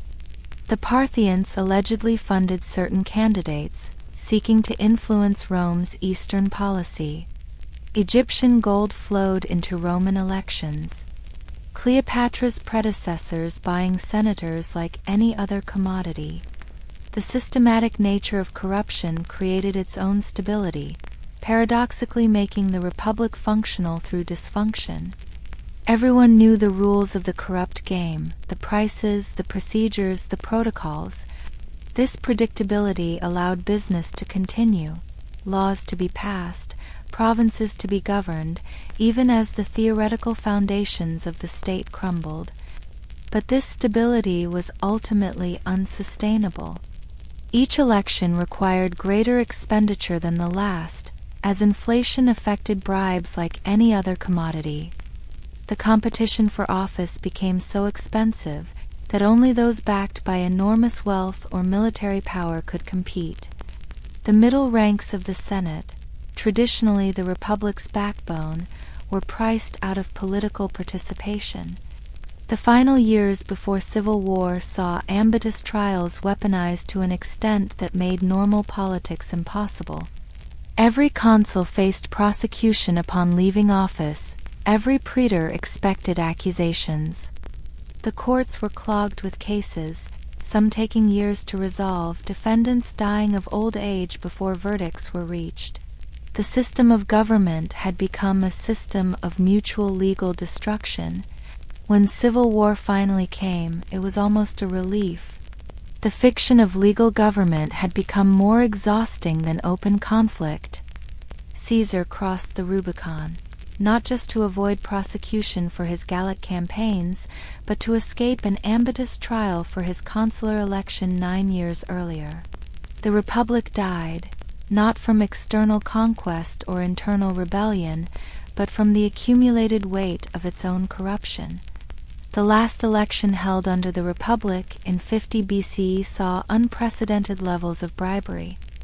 Contemporary sources suggest that more money changed hands in that single election than Rome spent on military operations that year. The consul designates borrowed so heavily that their creditors effectively owned the consulship, demanding policy decisions as interest payments. The irony was complete. Laws designed to preserve republican virtue had created systematic vice. Attempts to regulate elections had made them unregulated battlegrounds, where money and violence determined outcomes. The cure had become worse than the disease, and in trying to save the Republic through legislation, Romans had legislated it out of existence. Modern historians have calculated that the total cost of elections in the Republic's final decade exceeded the entire state treasury. This economic impossibility was sustained through borrowing, through extortion, through the promise of future plunder. The Republic had become a Ponzi scheme, where each generation of magistrates had to steal more than the last to pay their political debts. The personal testimonies that survive reveal the human cost. Young men destroyed by debt, forced into exile or suicide. Families ruined when political calculations proved wrong, their estates confiscated, their names disgraced. The widow of one senator wrote, "He died not from disease or violence, but from the weight of maintaining honor in a dishonorable age." As we reflect on the death of the Roman Republic through Ambitus, we might consider how corruption, once systematized, becomes impossible to eradicate through the very system it has corrupted. The senators who might have reformed the system had achieved their positions through its violations. The judges who might have enforced the laws were guilty of breaking them, The voters who might have demanded change had been taught that their voices were commodities to be sold. The Republic's epitaph might read, "Here lies Rome's ancient constitution, killed not by foreign enemies or civil strife, but by the very laws enacted to preserve it." The Ambitus legislation, meant to ensure free and fair elections, had created elections that were neither free nor fair, where the only choice was between different forms of corruption. The transition to empire, when it came, was welcomed by many, not because they loved monarchy, but because they were exhausted by the Republic's corruption. Augustus promised to restore ancient virtue, while concentrating all power in himself. It was a bargain Romans accepted, trading their corroded freedom for the promise of honest tyranny. The transformation of Roman emperors from princeps to living gods followed a trajectory as predictable as it was terrifying. What began with Augustus's careful balance between power and humility descended, within generations, into a theater of divine madness where reality itself became negotiable. The purple toga that marked imperial authority seemed to carry with it a peculiar poison, one that dissolved the boundaries between human and divine, between sanity and delusion. Consider the psychological burden of absolute power in a world that already believed in the intimate involvement of gods in human affairs. Every Roman knew that gods walked among them, disguised as beggars or travelers testing mortal hospitality. The emperor, already elevated above common humanity, found it a small step from being godlike to being a god. And who would dare tell a man who could execute with a gesture that his divinity was delusion? The Senate, that body which had once overthrown kings and dictated to generals, became the primary audience for imperial madness. These men, educated in philosophy and rhetoric, trained in law and governance, found themselves forced to participate in increasingly bizarre theatrical performances where their lives depended on maintaining the emperor's delusions. They voted to deify emperors' lovers. They approved budgets for impossible temples. They applauded when told that the emperor had become the sun itself. Let us begin with Gaius Caesar Augustus Germanicus, known to history as Caligula, though this nickname, meaning little boot, hints at the twisted journey from beloved child to monster. Born in 12 CE to the hero Germanicus, he spent his early childhood in military camps along the Rhine, dressed in miniature legionary costume, adored by soldiers who saw in him the continuation of his father's virtue. But virtue was not his inheritance. By the time Caligula became emperor at 24, he had spent years on Capri with Tiberius, witnessing depravities that would have shattered any normal mind. He had learned to survive through performance, through reflecting back whatever madness his great-uncle wished to see. When Tiberius finally died, Caligula emerged from that island of horrors with his humanity thoroughly extinguished. The first months of his reign seemed promising. He recalled exiles, lowered taxes, staged magnificent games. Romans celebrated, believing that youth and energy would restore what Tiberius's paranoia had corroded. But those who looked closely might have noticed troubling signs: the emperor's eyes that never seemed to focus properly, his habit of talking to invisible presences, his insistence on staying awake for days at a time. The transformation began gradually. Caligula first claimed to have conversations with the gods, particularly Jupiter, whom he called his brother. He would stand on the Palatine at night, arms raised to the sky, engaged in animated discussions with the moon. He ordered a bridge built between his palace and the temple of Jupiter, so he could visit his divine sibling more conveniently. The senators who witnessed these scenes maintained careful expressions of respectful interest. Then came the declaration that he was himself divine, not after death, as previous emperors had been declared, but immediately in the flesh. He established his own priesthood, appointed his horse Incitatus as high priest, though claims he planned to make the animal consul are likely exaggeration.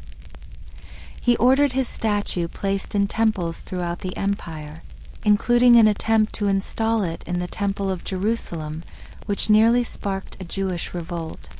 The physical manifestations of his divinity grew increasingly elaborate.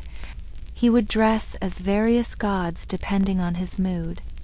Mercury when feeling eloquent, Apollo when artistic, Mars when violent. He had a mechanical device constructed that produced thunder and lightning effects, allowing him to answer Jupiter's storms with his own. He built a temple to himself on the Palatine, where he would sit between statues of Castor and Pollux, receiving worship from terrified suppliants. The Senate's response reveals the complete degradation of Roman dignity. They voted him divine honors, established holy days in his name, swore oaths by his genius. When he appeared in the Senate dressed as Venus, complete with woman's clothing and makeup, they praised his beauty. When he claimed to have defeated Neptune by collecting seashells on a beach, they voted him a triumph. Each absurdity they endorsed made the next easier to accept. The sexual dimensions of Caligula's madness shocked even Romans accustomed to imperial excess. He reportedly opened a brothel in the palace, staffing it with senators' wives and daughters, setting prices based on their social status. He claimed the right to sleep with any woman on her wedding night, a divine prerogative he said Jupiter had granted him. He married his sister Drusilla, then declared her a goddess when she died, making it a capital crime to mourn her since gods cannot truly die. His economic policies reflected divine caprice rather than human logic. He would spend the entire treasury on a single party, then devise new taxes to refill it. There were taxes on marriage, on prostitution, on lawsuits. He personally auctioned gladiators, forcing senators to bid astronomical sums for mediocre fighters. When one senator fell asleep during an auction, Caligula interpreted his nodding head as bids, charging him millions for fighters he hadn't wanted. The construction projects he ordered defied both physics and finance.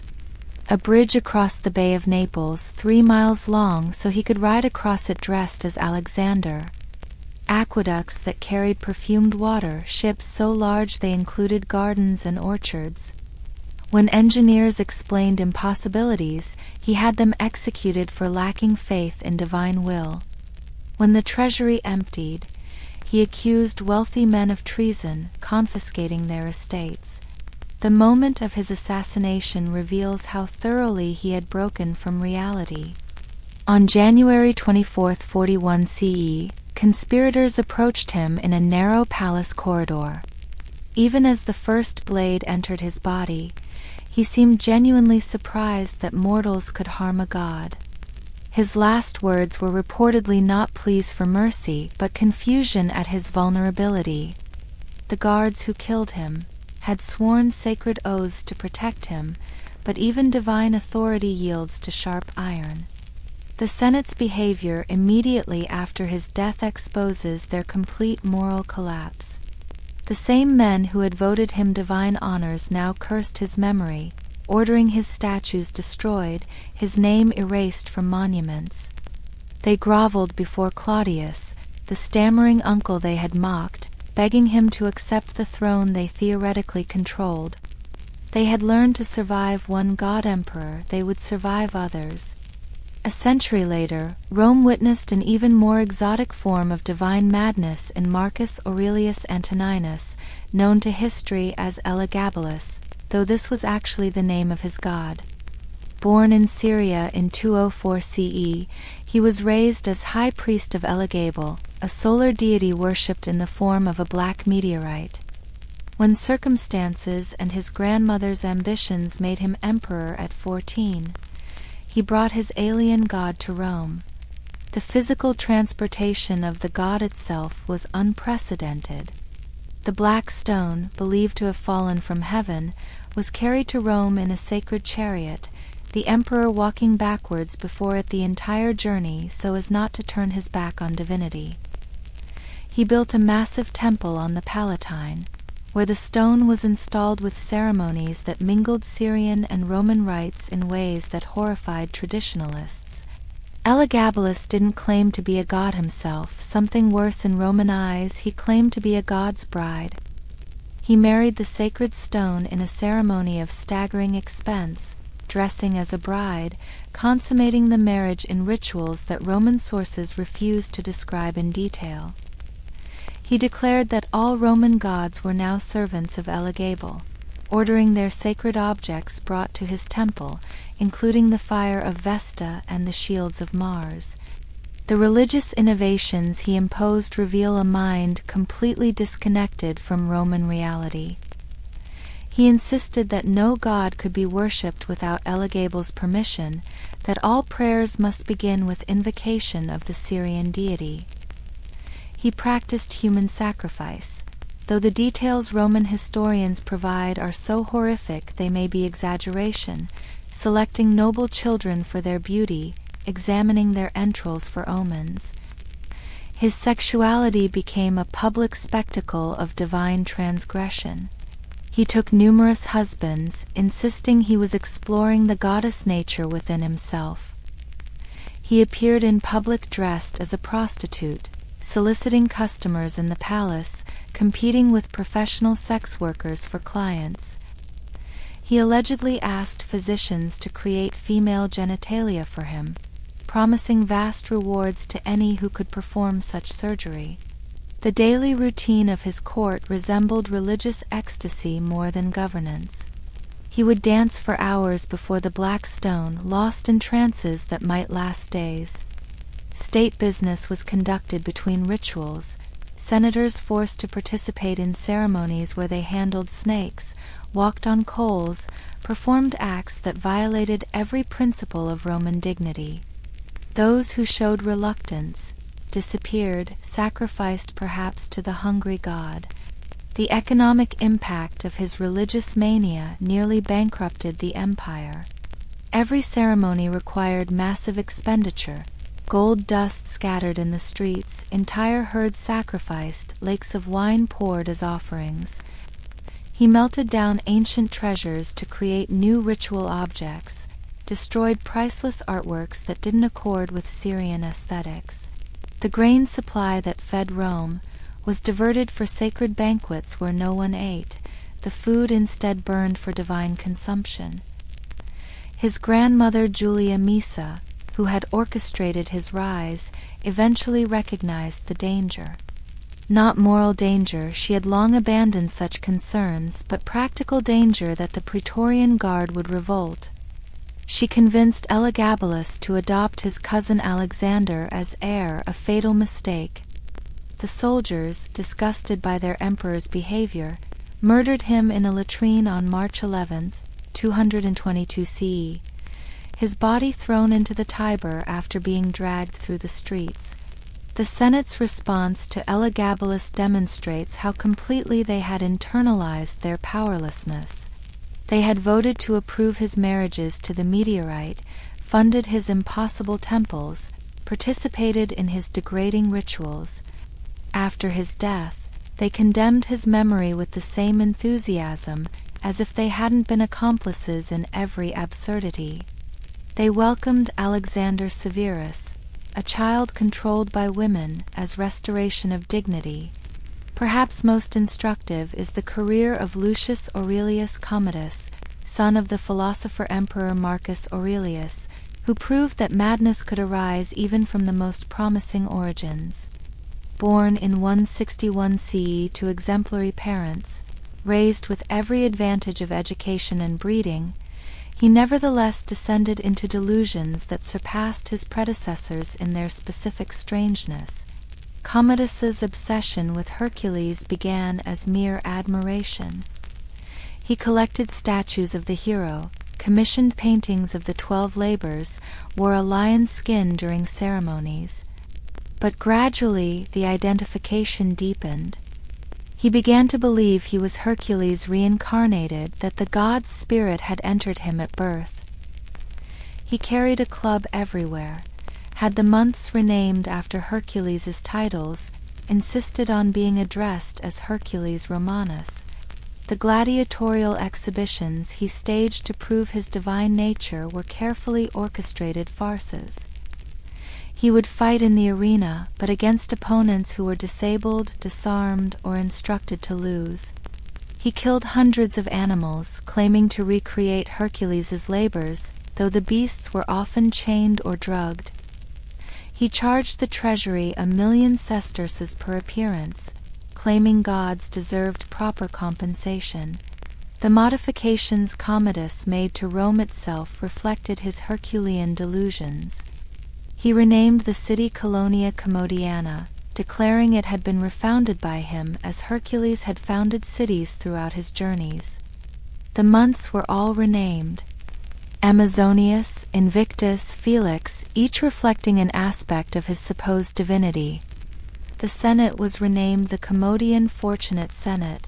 The legions became Commodian, the fleet Commodian. Reality itself was rewritten. Official documents required to use these new names under penalty of treason. His performances in the Colosseum grew increasingly grotesque. He would execute criminals personally, claiming each death recreated one of Hercules' victories. He once beheaded 100 prisoners in succession, their heads arranged to form the shape of a club. The senators were required to attend, to chant, "You are the Lord, you are the first, you are the most fortunate of all, you are victorious, you will be victorious, from everlasting, Amazonian, you are victorious." The physical transformation he underwent speaks to the depth of his delusion. He had his hair dyed blonde and powdered with gold dust to appear more godlike. He underwent strange dietary regimens, eating only foods mentioned in myths of Hercules, fasting for days, then gorging himself in imitation of the hero's legendary appetite. His body, once athletic, became bloated from these extremes, though court artists were required to depict him with Hercules' idealized physique. The economic burden of Commodus's performances crippled the state. Each appearance in the arena cost fortunes in staged preparations, paid crowds, elaborate sets. He commissioned a statue of himself as Hercules, 90 feet tall, placed beside the Colosseum, its base inscribed with the 1,000 animals he had supposedly killed. The gold required for this monument could have fed Rome for months, but divine glory took precedence over mortal hunger. On New Year's Eve, 192 CE, Commodus planned his ultimate performance. He would enter the new year emerging from the gladiator barracks, dressed as Hercules, to assume the consulship in the arena rather than the Senate. This final insult to Roman tradition proved too much even for those who had enabled his madness. His mistress Marcia, his chamberlain Eclectus, and the Praetorian prefect Laetus conspired to end the grotesque theater. They attempted poison first, but Commodus vomited it up. Perhaps his strange diet had given him resistance, or perhaps the gods enjoyed irony. As he lay sick, his wrestling partner Narcissus was brought in, ostensibly to help him exercise. Instead, the athlete strangled the emperor in his bath, ending the life of the man who believed himself immortal. The last Hercules died not from divine labors, but from human hands around his throat. The Senate's jubilation at his death was matched only by their previous servility. They immediately declared him a public enemy, ordering his statues destroyed, his name erased. Yet these same men had voted him the titles he demanded, had participated in the fiction of his divinity, had enabled every delusion. Their curses upon his memory were as hollow as their previous praises had been false. The pattern of imperial madness reveals something fundamental about power without constraint. Each emperor who claimed divinity pushed the boundaries further than his predecessor. What Caligula began with conversations with Jupiter, Elagabalus advanced by marrying a meteorite, Commodus completed by becoming Hercules himself. The progression was not inevitable, but enabled by a system that had no mechanism for restraining imperial delusion. Consider the role of the court in fostering these divine fantasies.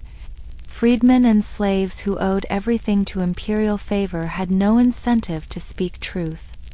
They became skilled at reading imperial moods, at anticipating and amplifying delusions.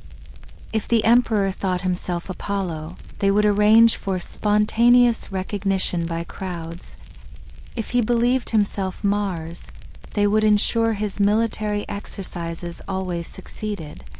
The imperial women, mothers and wives and sisters, often tried to manage the madness, but their interventions were limited by their own precarious positions.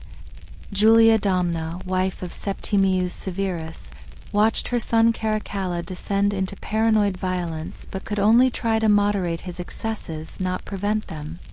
These women navigated between enabling and restraining, preserving their own lives while trying to preserve the empire.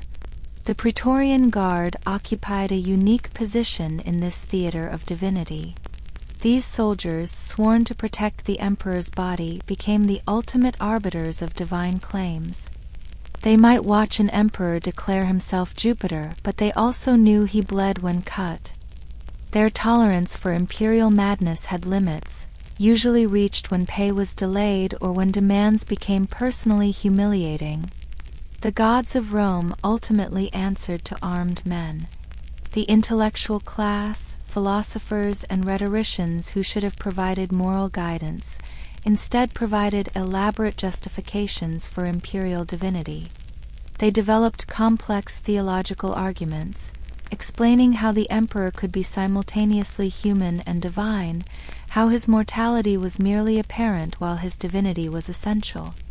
These mental gymnastics preserved their positions while destroying their integrity. The religious implications of imperial god claims created lasting confusion in Roman spirituality. Traditional gods were subordinated to living emperors, ancient rituals modified to include imperial worship. Priests found themselves serving deities who might summon them for dinner, who might demand changes to thousand-year-old ceremonies. The sacred became subject to imperial whim, eroding the very concept of divinity through overuse. Provincial reactions to divine emperors varied considerably. In the East, where divine kingship had ancient roots, imperial god claims seemed less shocking. Egyptian priests incorporated emperors into their pantheons. Syrian cults found ways to accommodate imperial divinity within existing theological frameworks. But in the West, particularly in Gaul and Germania, the pretensions seemed absurd, contributing to periodic revolts. The Jewish response deserves particular attention. Their monotheism made imperial worship impossible, creating constant tension. When Caligula ordered his statue placed in the Jerusalem temple, Jews prepared for war rather than submission. Only his death prevented massive bloodshed. The later Jewish revolts were partly sparked by requirements of imperial worship. Their god would not share authority with mortal pretenders. Christians faced even greater challenges. Their refusal to offer incense to the emperor's genius marked them as traitors. The phrase "Caesar is Lord" became a test. Those who refused it faced execution. The martyrdoms that resulted created a parallel narrative to imperial divinity, where true godhood was demonstrated not through power but through suffering.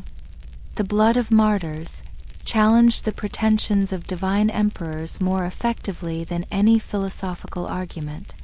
The architectural legacy of divine emperors reshaped Rome's sacred landscape.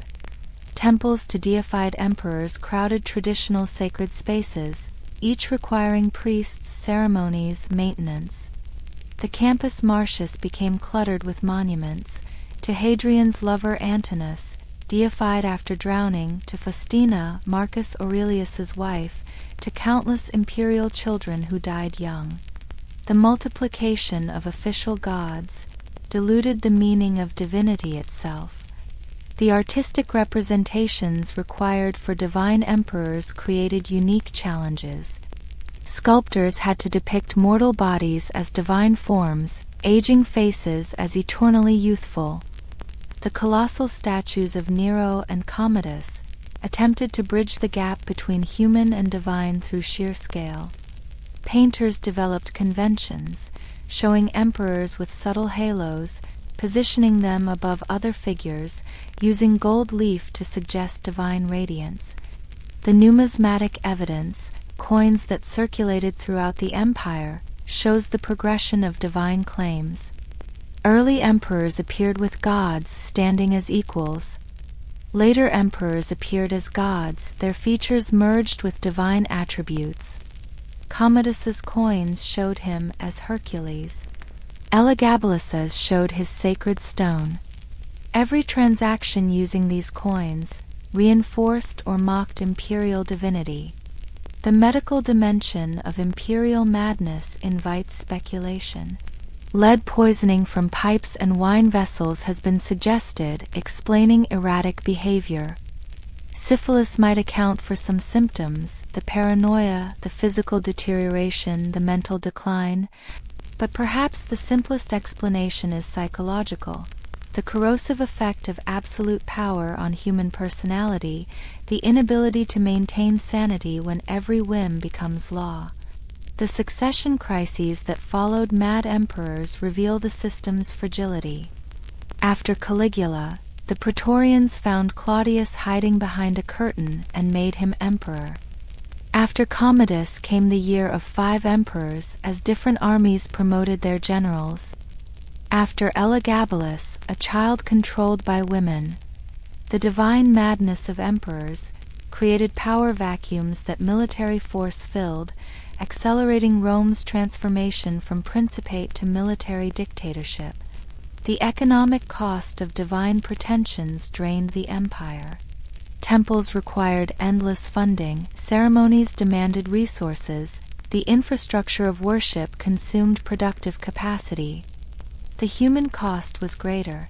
Talented individuals destroyed for insufficient enthusiasm, families ruined for imagined slights against imperial divinity.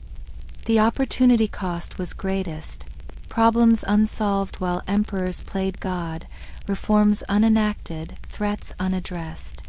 The philosophical poverty revealed by imperial worship marked a civilization in decline. Rome, which had produced Cicero and Seneca, now produced courtiers who debated whether the emperor's bathwater was sacred. The intellectual energy that might have solved administrative problems instead went to justifying absurdities. The moral clarity that might have restrained excess dissolved in the necessity of survival. As we reflect on these divine emperors, we might consider how madness becomes normalized. Each small accommodation to imperial delusion made the next easier. Senators who initially felt disgust eventually felt nothing, their capacity for moral judgment atrophied through disuse. The bizarre became routine, the impossible became policy, the insane became sacred. The ultimate judgment on Rome's divine emperors came not from contemporaries but from successors. Constantine would claim divine vision but not divine nature. Theodosius would make Christianity the state religion, ending the fiction of imperial divinity. The last pagan emperor, Julian, attempted to restore old gods but not to become one himself. Even nostalgia couldn't resurrect the divine pretensions that had done so much to destroy classical civilization. The legacy of imperial madness extended beyond Rome's fall. Medieval kings would claim divine right but not divine nature. The title Holy Roman Emperor preserved the sacred association, but within Christian rather than pagan framework. The Pope would claim divine authority, but as Christ's vicar, not as a god himself. The memory of Caligula and Commodus served as warnings about the dangers of confusing human power with divine authority. Modern dictators would echo these ancient patterns. Stalin's cult of personality, Mao's little red book, the dear leader's supposed supernatural abilities.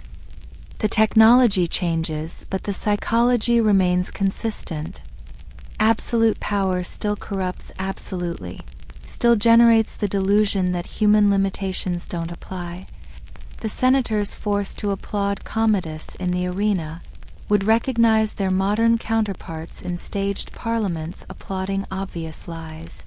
The truth about divine emperors is both simpler and more complex than ancient sources suggest. Simpler because madness needs no elaborate explanation. Complex because entire civilizations participated in maintaining delusions.